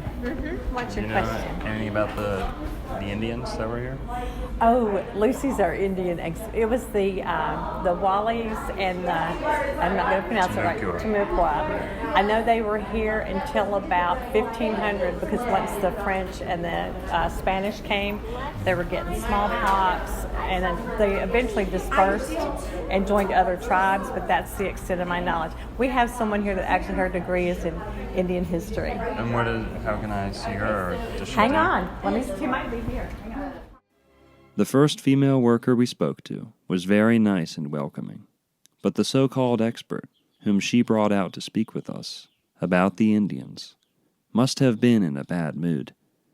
My girlfriend and I found her to be snappy, condescending, very dismissive, and in a big rush to end the conversation. But I'll let you decide for yourself. Emily is also very well versed. Okay, cool. Yeah. I just had some questions. Sure. About the Indians. Okay. I heard that there used to be like bones on display. Skeleton. Is that a myth? It is. So there was a newspaper article in the early 1900s about some in Brunswick, but it was at a time when a lot of those hoaxes came around. Like tall bone? Yeah, Hoaxes, yeah, like they tall don't people. exist. They don't exist. I thought it was peculiar that just from me saying bones, with no mention of their size, she immediately shifted gears to tall hoaxes and brought up a random article from over 100 years ago. She also labeled it a hoax without presenting any evidence at all. Generally speaking, when the legitimacy of a document or person are brought into question, the burden of proof is placed on the accuser, not the accused. What she didn't tell us is that hundreds of such articles were published across the American Southeast between 1850 and 1950, many of which even featured authentic photographs of abnormally large human bones taken from academically led excavations. In fact, 100 years ago, most archaeologists were in total agreement that the skeletons of ancient Floridians were far larger than those belonging to anywhere else. The problem arises from the fact that many of these bones were provably sent to the Smithsonian Institution, and they were never heard from again. In the eyes of academics who will never handle such specimens, these findings drifted into the realm of pure fantasy.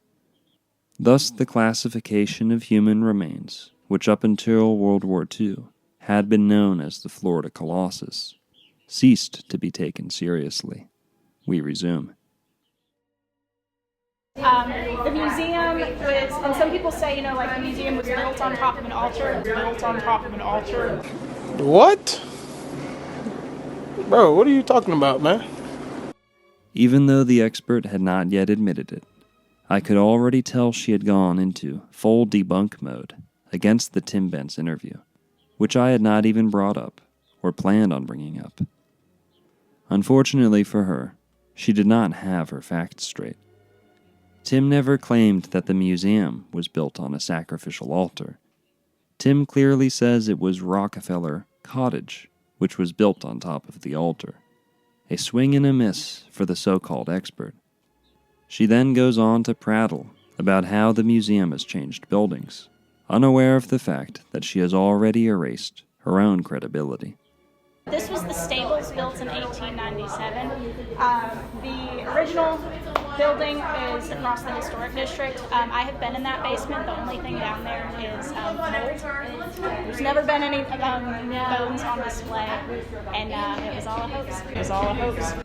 As of 2024, no human skeletons are on display at Jekyll Island, nor was I able to contact the museum director from 2007 to see if they had been removed.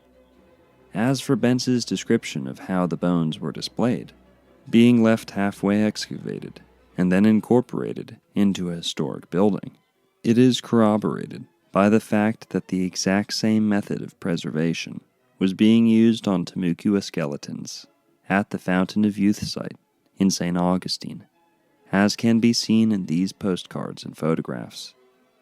Since she had already brought it up, I decided to ask the so-called expert about height. So what about the tall Indians? They didn't exist. They didn't exist. They existed? It was all average height humans here. You sure about that? Keep in mind that neither of us had said the word giant. All we were discussing was tall Indians, to which she said they didn't exist. This is simply untrue. Tall Indians were well documented all across the United States. Those of Florida and Georgia, in particular, were especially large. Muskogee, Creek, and Seminole men, for example, were known to average close to 6.5 feet, and are the closest living relatives to the now extinct Temecula. For reference, the average height of white Americans, around 1900, was 5'8". In fact, any old trip to Florida will show that the Seminole Indians are very tall to this day. The same can be said for the Muskogee, Cherokee, and Creek Indians, who all spent time in South Georgia. So yes, tall Indians did exist.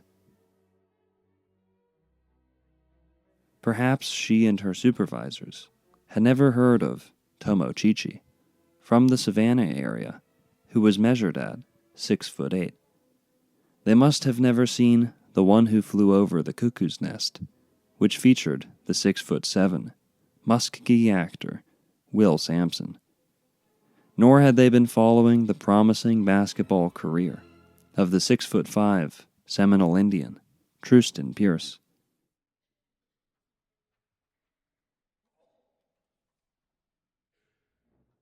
Average height. So like, my height was shorter or... Shorter at the time, probably, just because of environmental factors and things like that.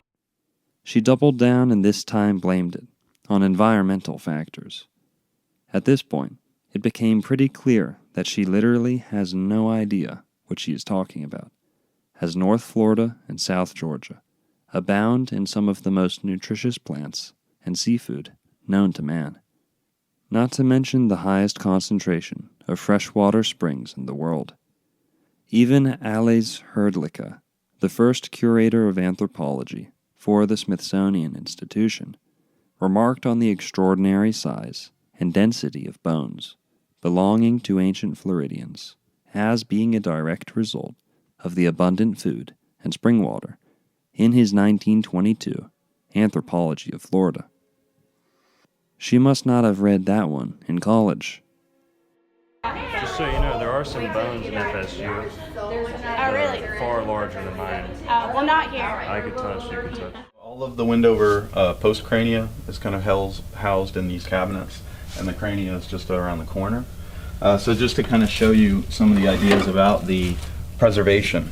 Right? This is one of the males, adult males, that's absolutely massive. These individuals were very large.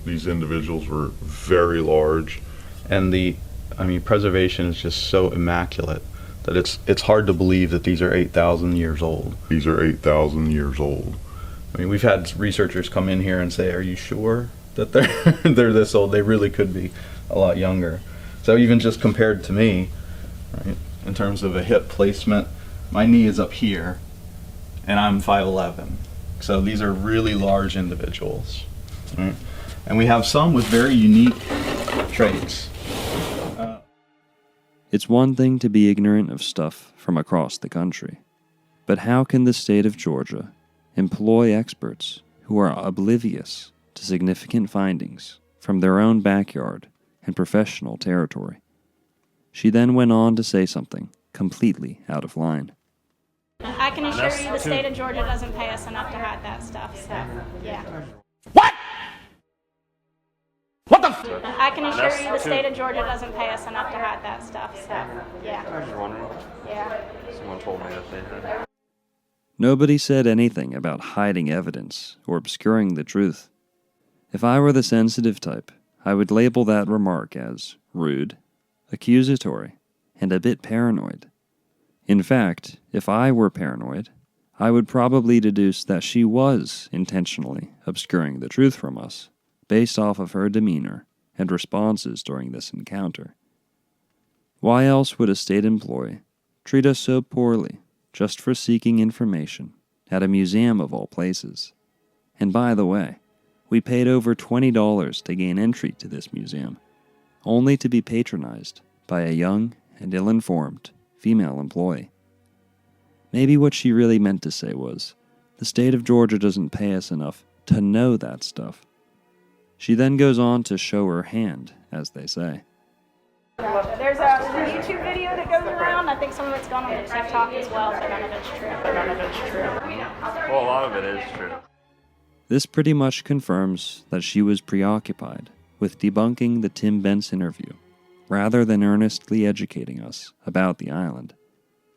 My girlfriend, who had hitherto been holding her tongue for fear of upsetting the so-called expert, pointed out that the way that the Timucua Indians are depicted in the illustrations would beg to differ. Yeah, so, Laudonniere. So the one who did those, it was not the guy who came over here. He illustrated it based off of notes, but he was trying to sell some books, so he kind of sensationalized everything. if the so-called expert had let me finish, and not interrupted me for the 5th time, I would have saved her the embarrassment of again confusing the facts. She claimed these illustrations were not made by a direct witness. The truth, however, is that they were made by a direct witness, in the form of a painter, Jacques de Lemoyne, who accompanied René Goulaine de Laudonniere on his expedition through Timucua territory around 1564.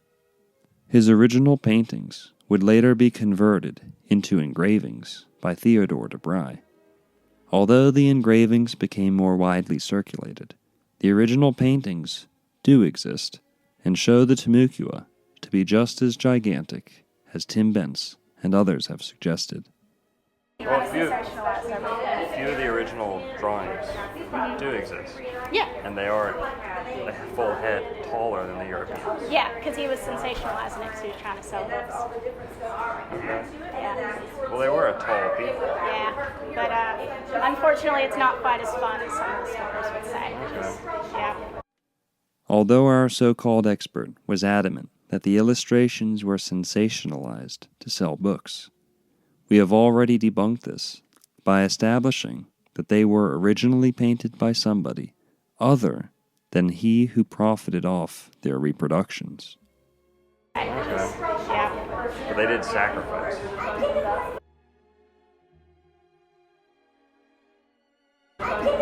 They did.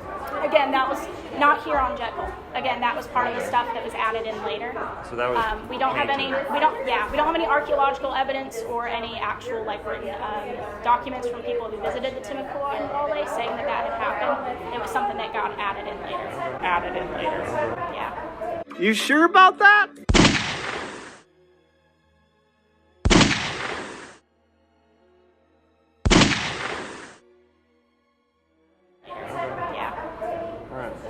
Yeah, sure.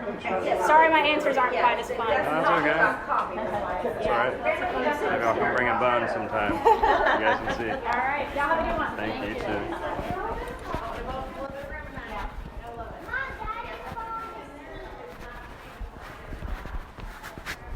Man, they are programmed hardcore. Yeah. The way I see it, there are 3 possibilities as to why she was so dismissive of my questions. The first possibility is that she was merely doing her job and repeating what she has been told to say when confronted with anything outside of the norm. However, her smug attitude and eagerness to pigeonhole us with theories that we had not even mentioned makes me doubt that possibility. It is also worth noting that she provided us with no significant dates or names during our entire conversation.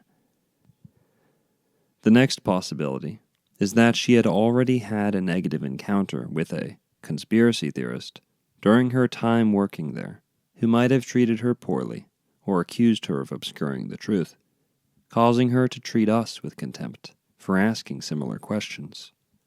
However, I would again point to the fact that she was coming out ahead of me by connecting my innocent questions with a deeper conspiracy, which was not the approach I was taking. The other possibility is that she and/or the people who educated her are intentionally obscuring the truth. Even though our conversation started out very chill and finished without any tension or disrespect on my part, we couldn't help but notice that the so-called expert's eye was twitching uncontrollably throughout our conversation. Erratic eye movements are often a textbook indicator of lying. It could also be an indicator of vaccine injury or even demonic possession. As I have mentioned before, we had invoked a blessing of protection in the name of Jesus Christ against any and all dark magic on the island. We were also thoroughly bathed in cigar, sage, and marijuana smoke. Either of these, combined with the fact that we were seeking sensitive information, could have aggravated negative entities residing in her body or elsewhere on the island. To put it plainly, it looked like she was fighting something, and it wasn't us. Despite the dissuasions of the museum officials, we can still verify much else of what Tim Bent stated in the original interview. Firstly, there is the matter of whether the Timucua used recurve or double curve bows, a design common in Eurasia, but rather uncommon for Native Americans. Tim claims to have seen fragments of one with the museum director, but as of 2024, no bows were on display. We do have, however, evidence in the form of a portrait from 1859, clearly showing a recurved bow entitled Image of a Warrior or Chief of the Timucua of Florida by Hercule Catenacci. Even earlier depictions of the Timucua from the previous century by Theodore de Bry also show them with unusually long, recurve-style bows. Tim also made the claim that the Timucua left behind artifacts which contrasted those of typical Native Americans. In support of this notion, we find that the Timucua were one of the few Native American groups to use body armor crafted from heavy metal. Timucua men were known to wear large, circular, copper breastplates into battle. These were suspended from the neck by a string, then fastened with a strap or skin slung across the torso. Although, the following example suggests more sophisticated straps may have been used by some. The Timucua, with their breastplates and opulent ornamentation, would go on to inspire great European works of art. Take, for example, the Moor with the emerald cluster. Manufactured around 1724 by the Royal German goldsmith Johann Melchior Dinglinger, together with Balthasar Permoser. One of the few things which Bentz did not discuss, however, was the general appearance of the Timucua, beyond their extraordinary stature. It is true that the Timucua were very tall, but their height would have been further exaggerated by the fact that they and their ancestors exhibited cranial deformation. On top of their already elongated skulls, the Timucua warriors wore lavish plumes, tall enough to make a 7-foot man appear as though he were 9 feet tall. Both sexes were tattooed, but the men especially. According to some sources, about a third of the adult Timucua population were actually hermaphrodites, who opted out of warfare and thus were responsible for the manual labor. They also acted as receptive sexual partners for the men and bore a ceremonial significance. Interestingly, androgyny, hermaphroditism, or as third gender, serves as a further link between the Timucua Indians and ancient Canaanites, Israelites, Akkadians, and so on. Tumtum is a term that appears in Jewish rabbinic literature. It usually refers to a person whose sex is unknown because their genitalia are hidden, undeveloped, or difficult to determine. In Babylonia, Sumer, and Assyria, certain types of individuals who performed religious duties in the service of Inanna/Ishtar have been described as a third gender. They worked as sacred prostitutes or hired duels, performed ecstatic dance, music and plays, wore masks and had gender characteristics of both women and men. The Inari were the Scythians androgynous, or effeminate, priests and shamanistic soothsayers who played an important role in the Scythian religion. The Anayu were affiliated to an orgiastic cult of the goddess Artampasa, and of the Scythians' ancestral snake-legged goddess in their forms strongly influenced by Near Eastern fertility goddesses, and the rites of the Anayu thus combined indigenous Scythian religious practices of a shamanistic nature, which were themselves related to those of indigenous Siberian peoples, as well as ones imported from Levantine religions.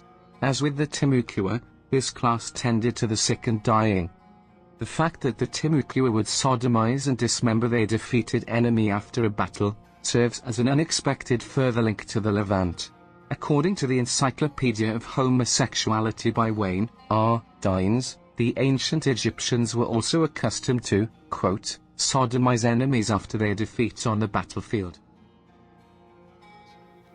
The warriors wore their hair in a bun on top of their head, while the hermaphrodites and women let their hair grow down. Their nails were so strong and kept so sharp that the men could use them as lethal weapons on the battlefield. Their skin color ranged from dark to light, as Timucua was a language group, not a single tribe. That being said, they covered their skin with bear and alligator grease to protect against the harsh sun and relentless insects. The noblemen and noblewomen were richly decorated with jewels and precious metals, along with colorful animal pelts dyed in a fashion that rivaled the finest clothing of Europe. The common women crafted impressive clothing from the Spanish moss, which abounds in the American Southeast. The Timucua women, like the Seminole who would come after them, were regarded as among the most beautiful on earth. Another strong link connecting Jekyll's wealthy modern residence to its ancient inhabitants is pottery making. Under one of the cottages, we discovered a club of pottery makers. An odd choice of hobby for some of the richest men in the world, even to this day on Jekyll Island.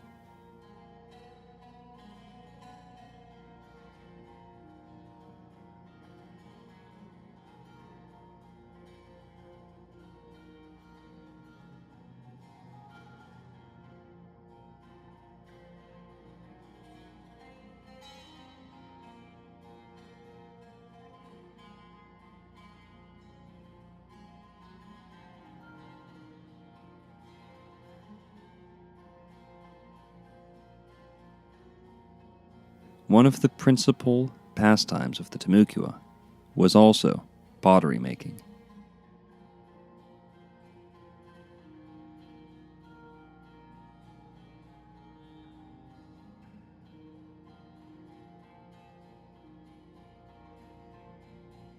Then there is the matter of the sacrificial altar itself.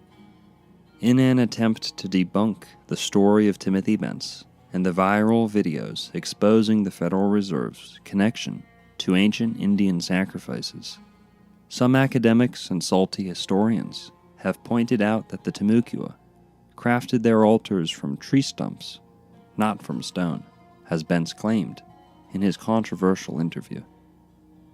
This argument has arisen from the fact that DeBry's 18th century engravings of the Timucua depict them sacrificing atop a leveled tree stump, not stone. However, in the early 1980s, an ancient Indian altar made from stone was discovered at the opposite end of Timucua territory, in Newport Richey, Florida, just north of Tampa Bay. Many mainstream Florida historians are simply unaware that this altar exists. Nestled into the deck of an unassuming sports bar, it is one of America's most mysterious ancient relics, a large limestone boulder featuring two distinct rock carvings.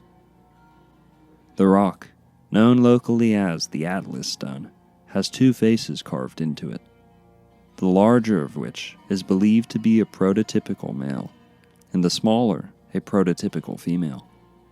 However, the identities of these personages have not officially been determined, nor do we know who carved these faces to begin with. Petroglyphs of this sort are not typical of the eastern United States, and are even rarer in Florida. To demonstrate how neglected this site is by the mainstream academics, one need only count the number of websites and reference guides which mistakenly claim that the Crystal River stela are Florida's only petroglyphs, completely oblivious of the fact that this stone sits on public display less than 50 miles away. We do know for a fact that this rock served as a sacred site and ceremonial altar for at least one group of Native Americans, either the Tocobaga, the Timucua, Calusa, or their predecessors. We also know for a fact that offerings were made on this stone, and probably animal or human sacrifice, to some great pre-Columbian American deity. Thus we can deduce that the Timucua and their ancestors used both stump and stone altars.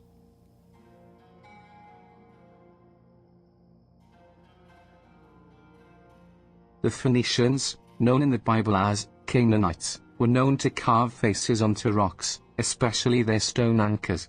Mysteriously carved stone faces are common to virtually all the corners of the world where the Phoenicians are believed to have visited. The petroglyphs on the anomalous stone altar at Newport Richey, Florida, serves as a substantial link between Canaanites of the Bible and the Timucua of Florida. Part 5. Canaanites in America. We should also address the connection which Bentz made between the Timucua of Florida and Georgia and the Israelites or Canaanites from the Middle East, as described in the Old Testament. There is considerable evidence to show that Canaanites, Israelites, or Phoenicians did in fact cross the Atlantic in ancient times, perhaps bringing practices such as sacrifice of the firstborn with them. It has long been theorized that much of the high-quality copper which fueled the Eurasian Bronze Age had to have come from the United States, with the Phoenicians, of course, being the most likely suspects for its transfer. Many Americans are also ignorant of the fact that the Church of Jesus Christ of Latter-day Saints, better known as the Mormon Church, is largely predicated on the belief that ancient Israelites traveled to the United States, landing in North Florida, where they were eventually absorbed into the Mongoloidal Native Americans of today. And for those thinking that the Mormons are some fringe group, you may like to know that they number over 17 million strong. For comparison, the Jews of the world only number around 15 million. Evidence for these theories comes to us in the following forms. Firstly, we find no shortage of cultural links between ancient Israelites and Native Americans, particularly from the southeast United States. For example, the natives of Florida and the surrounding areas were known to have their foreskin removed with a stone knife. I can assure you, this is no fringe theory, as it was officially remarked upon in the History of Circumcision by Peter C. Remondino, M.D., first published in 1891. The native Muskogee, Creek, and Seminole people of the southeast United States were also known to wear their hair and fashion their clothing in nearly identical manners as so-called Israelites of both today and the ancient world. The list goes on and on. Secondly, there is the overwhelming number of rock carvings and artifacts discovered in the Americas with either Hebrew or Phoenician or a similar writing on them. This would include the Bat Creek inscription, Los Lunas Decalogue stone, the Newark Holy Stones, the Grave Creek stone, and a number of others. The Cherokee are known to have had a complete phonetic alphabet, known as the Cherokee syllabary, and surprisingly, they bear much genetic affiliation with the Jews of Eurasia. American geneticist Donald Panther Yates, for example, has published ample findings which reflect such a migration. Then there are the multitude of ancient geometric earthworks scattered across the United States that employ standard units of measurement, like the stade, which were unknown to the American Indian, but more than familiar to ancient Israelites. If you'll remember, Tim told a story about sacrificial altars having a link with ancient banking in the Holy Temple of Jerusalem. Any potential link between Jekyll Island and the ancient city of Jerusalem is greatly substantiated by the phonetic similarity between the words Jekyll and shekel. For those unaware, a shekel is an ancient Mesopotamian coin, usually of silver. The word shekel was originally a unit of weight, roughly equal to 11 grams, and thus became a term for currency in ancient Tyre, Carthage, and Judea, right up into modern Israel. The word shekel has thus been used in and around the city of Jerusalem for thousands of years. Despite its historic and global usage, merely using the word shekel can land one in hot water due to its innate associations with global economic conspiracies. However, such a phonetic link cannot be ignored, considering the financial infamy of Jekyll Island. Pursuing this connection further, I was amazed to discover nobody had yet pointed out that both Jekyll Island and the city of Jerusalem in Israel are plotted precisely along the 31st degree parallel north. I kid you not. In fact, should one cross the bridge from Jekyll Island back to the mainland, you will find yourself in a town by the name of Jerusalem, Georgia, also plotted on the 31st degree parallel. So Chris, we were just talking about the 31st degree parallel north, and I didn't know what you were about to tell me. Yes. So what does the 31st degree parallel north? Well, as soon as you said that, I remembered, it's probably over 10 years ago, but there was a restaurant bar down there on the wharf, which is where all of the product came off the water to build this place. But I think it was just a marketing thing, and we realized what latitude we were on, and they called the bar Latitude 31. Mm. And now it's called the Wharf, but that was kind of a nickname that came after it, but now it's official, but it used to be called Latitude 31.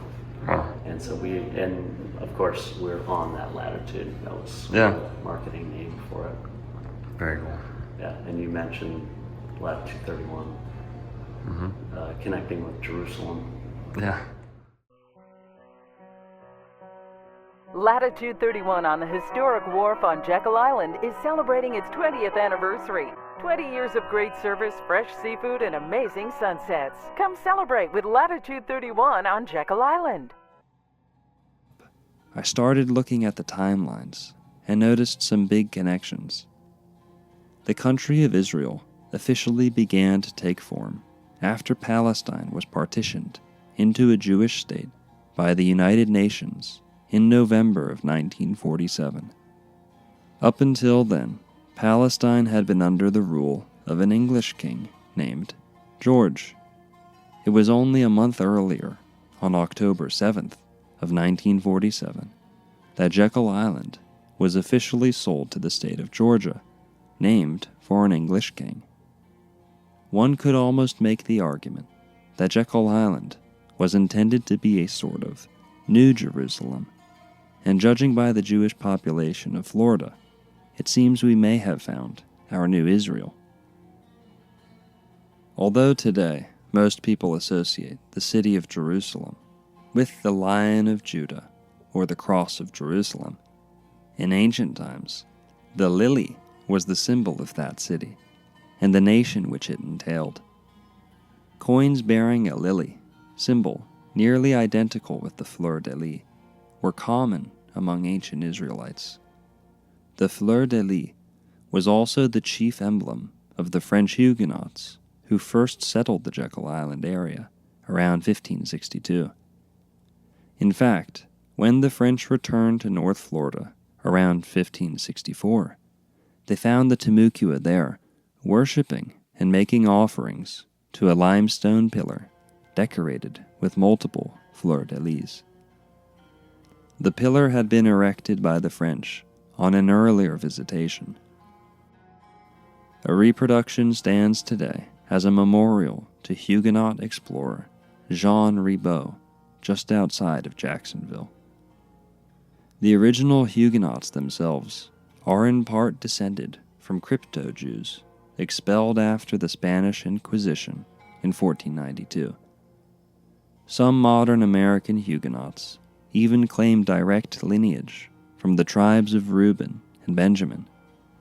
A paper by Elizabeth Hirschman entitled Investigating the Sephardic Jewish Ancestry of Colonial French Canadians suggests that the genetics would support this. It reads as follows, quote, "The Spanish Inquisition in 1492 resulted in the deaths of thousands of Spanish Jews and the exile of around 150,000. The Huguenots and Acadians who settled in colonial French Canada are assumed to be of Christian faith and ancestry. To support this hypothesis, the researcher uses a novel combination of methods drawn from historical records and artifacts, genealogies, and DNA testing.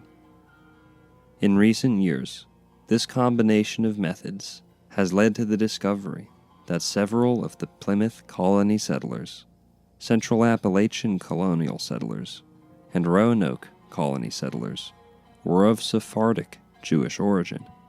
Thus, using the new methodology of ancestral DNA tracing, the researcher documents that the majority of Huguenots and Acadian colonists in French Canada were of Sephardic Jewish ancestry. They are also most likely descended from Sephardic Jews who fled to France from the Iberian Peninsula in the late 1300s and early 1500s.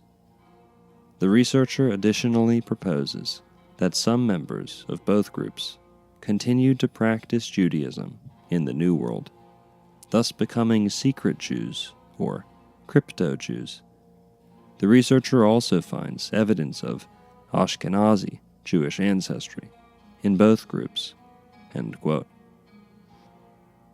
According to The Timucuan Language by Albert S. Gachette, one of the rivers located in Georgia, near Jekyll Island, was known as Irakana. Its proximity to Jekyll is evident, as it was known as La Somme by the French Huguenots. As we discussed earlier, Jekyll Island itself was known to them as La Île des Sommes. In the word Irakana, we find both Iraq and Kana, as in Canaanite. The name Somme could mean some or summer, but is of debated origin, yet bears a phonetic similarity to Sumer, as in Sumeria. About 4,000 years ago, much of Iraq, along with Israel, fell under what was the Akkadian Empire. They were the first known ancient empire of Mesopotamia, succeeding the long-lived civilization of Sumer. Interestingly, many of the French who first inhabited America belonged to an ethnic group known as the Acadians, spelt with a single C instead of two Ks. Nonetheless, the two words are phonetically identical. Few are aware that both the word and method of cooking, known as barbecue, are Timucuan in origin. Strikingly, this method was also used on human victims for ritualistic purposes. For example, when young Spanish conquistador Juan Ortiz was held captive by the Timucua-speaking natives of Tampa Bay around 1528, he narrowly escaped with his life after being slowly cooked alive on a wooden scaffolding known as a barbecue or barbacoa.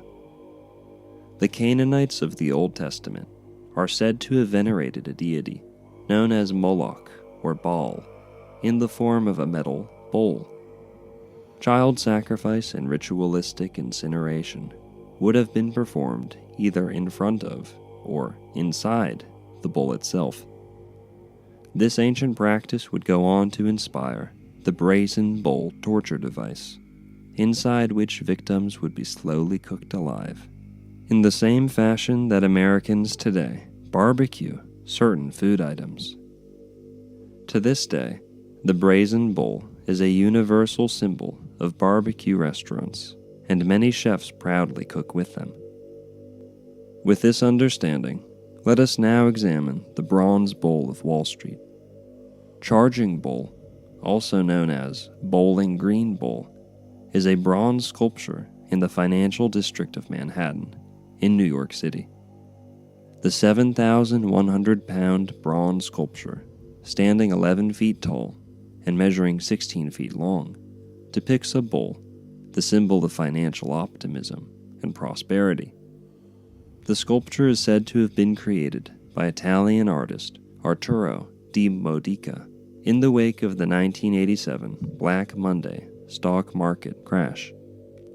Although many assume the bowl to be an official installation, the sculpture was the result of guerrilla artwork, allegedly being dropped off without consent on the night of December 14th, 1989. From the day of its very installation, the bronze sculpture was likened to ancient brazen bull torture devices, bovine deities including Baal, Moloch, and Apis, as well as the golden calf of the Israelites. The bronze bull has thus come to symbolize not only human sacrifice and barbecue, but Wall Street itself and America's dominance on the world financial stage, largely due in part to the Federal Reserve Act as conceived in Jekyll Island. What can be presented here is only the tip of the iceberg when it comes to evidence of Canaanite, Israelite, or Phoenician visitation to the Americas, but this will suffice to show that Bentz was not unfounded for noticing a link between the Timucua of Florida and Georgia and the Canaanites of the Old Testament. Part 6. The Occult Origins of Golf. One of the most popular hobbies shared by the residents of Jekyll Island around the time of the creation of the Federal Reserve was golfing. Members of the Jekyll Island Club created the island's first golf course in 1898. To this day, Jekyll is one of America's top golfing destinations. The island has 3 18-hole courses and 1 9-hole course, making it Georgia's largest public golf resort.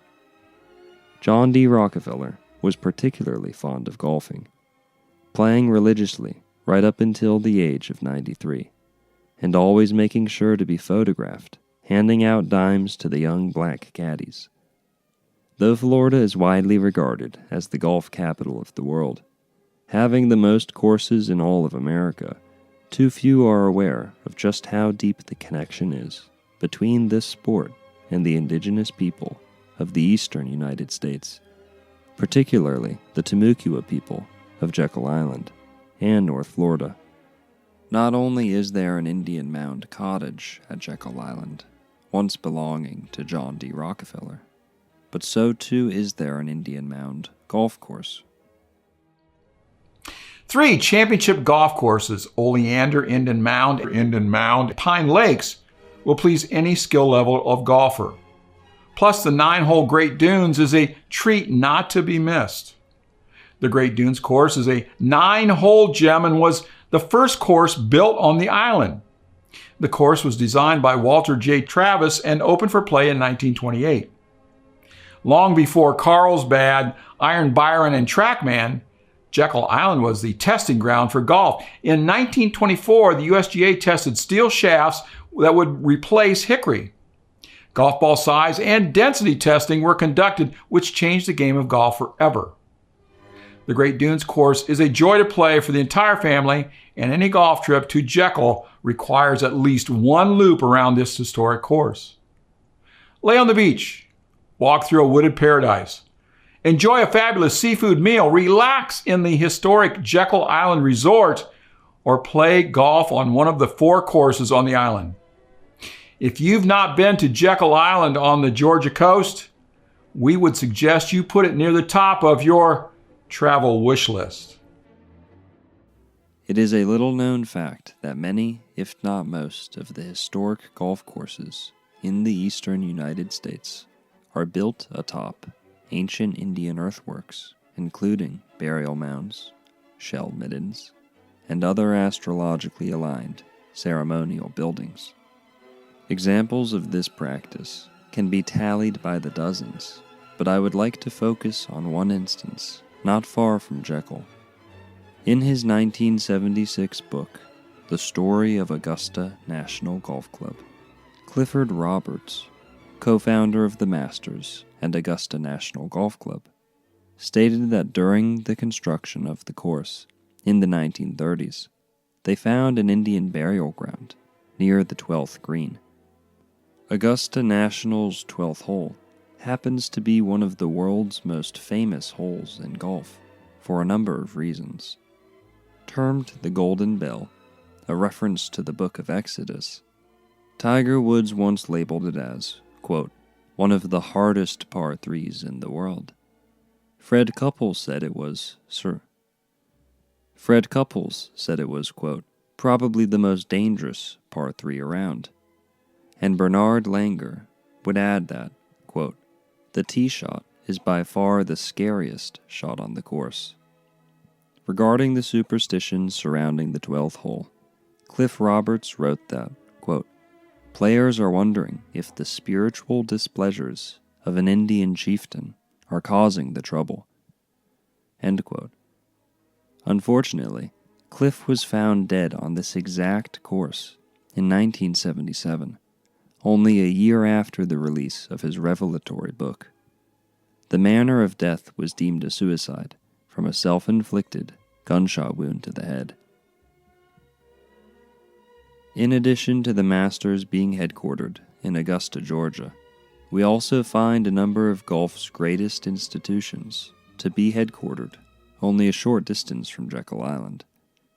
For example, the PGA Tour Global Home Headquarters is located in Ponte Vedra, Florida, well within Temecula territory. So too do the World Golf Village and Hall of Fame sit within Temecula territory at St. Augustine, Florida. Interestingly, the Seminole Indians of Florida, believed to be the closest relatives of the now extinct Temecula, were among the first Native Americans to ever play the sport, as pictured here. But is there any deeper link between golf and the Temecula of Jekyll Island? Golf is played with a club, and to play it, one typically must join a club. In fact, the word golf means club or bat. The Temecula were known to use clubs both in warfare and ceremony. The long distances traveled among a small band of men, armed with clubs, is very evocative of the Temecula marching to war. Even men who avoid tobacco tend to partake while golfing with their buddies. Tobacco was introduced to Europeans, largely, in part, by the Temecula of Florida. The child sacrifices described earlier by Tim Bentz were also executed with a club.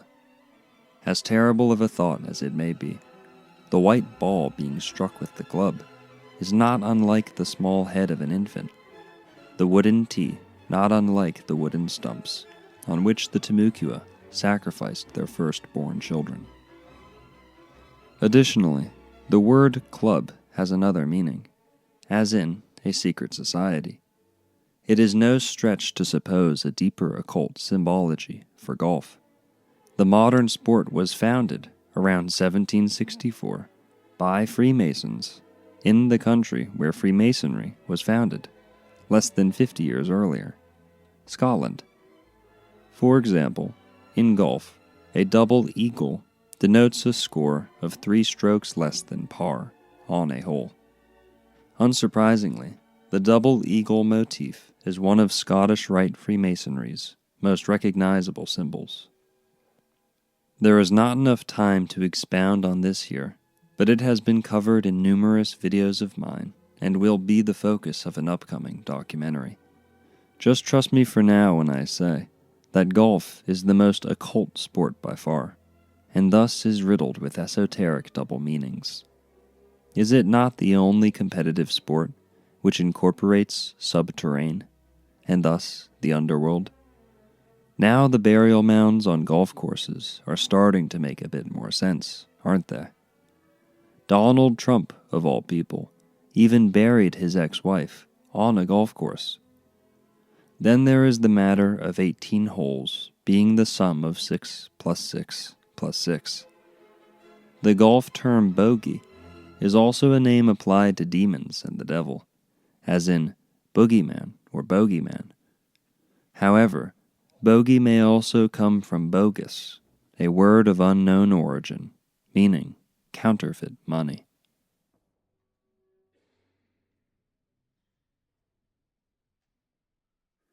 Part 7. Supernatural Phenomena. Many point to Jekyll Island's global status as a hotspot for hauntings and supernatural phenomena as great evidence of ritualistic wrongdoings. The official Jekyll Island website even details a number of hauntings on their homepage. Quote, "One of the island's most famous ghost stories involves Jekyll Island club member Edwin Gould, a railroad magnate. In 1917, his son, Edwin Gould Jr., was hunting with a friend near Latham Hammock, where the Jekyll toll booth stands today, when he found a raccoon in one of his traps.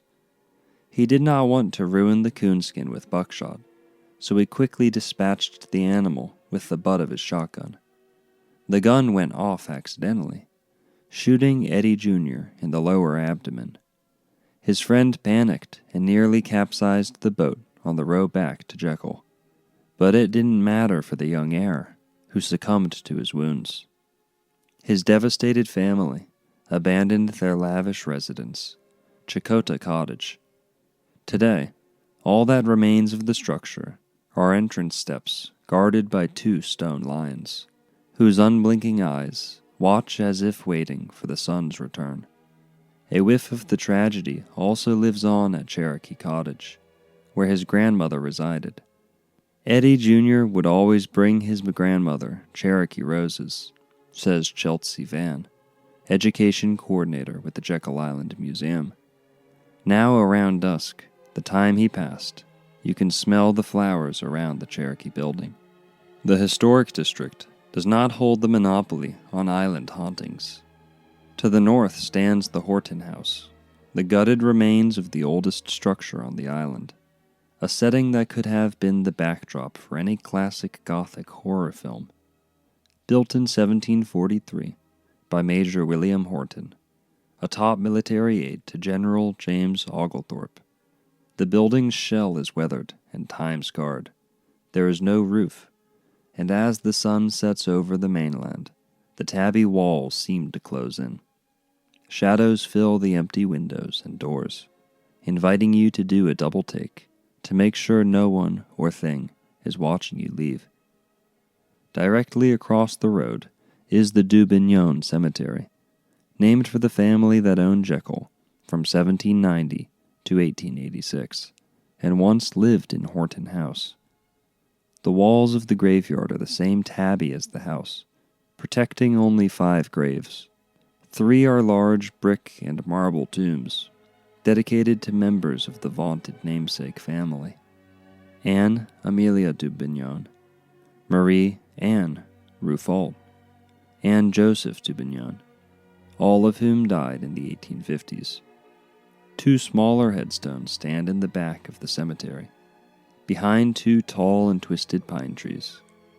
The stones mark the burials of 2 hotel employees who drowned while waitstaff was swimming off the island in 1912. Waiters sharing their final resting place with aristocracy would seem like poetic justice. However, a local story has it that when scientists scanned the cemetery with Earth-penetrating sonar, none of the 5 graves were found to contain bodies. Whether that's true or not, Van says that something seems to call these hallowed grounds home. Several photos have been taken that contain ghost orbs in and around the cemetery, she says. Ghost hunters shouldn't skip the beach. A story from the 1910s centers around William J. Hart, an assistant superintendent in charge of maintaining and protecting the island's wildlife for hunters. Hart was patrolling the beach early one morning when he came upon 2 poachers stealing turtle eggs, a valuable delicacy. Hart confronted the men, and a scuffle broke out. One of the poachers pulled a gun and shot Hart dead. His spirit is said to still patrol Driftwood Beach at dawn. Any spectral footsteps quickly wiped clean by the waves." End quote. Outroduction. Let us now conclude with a reading from Jackal of the Golden Isles. The rich men think themselves kings, reveling in the undoing of their subjects, peering down their long noses devising their plan, whom the public will unknowingly accept.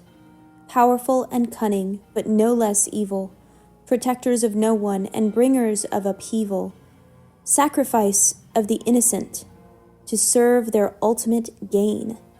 This is how they render pain. Proud with deep pockets and blood on their hands, they hold secret convocation and give commands to those who minister.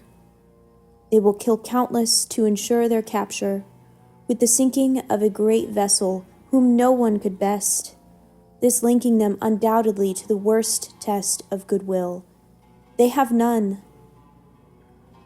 Conniving Canaanites as snakes in the grass, never mind poise, grace, or elegance. Such abstraction is but noise, death rattle of all outside the troop, cries of the innocent, not in the group.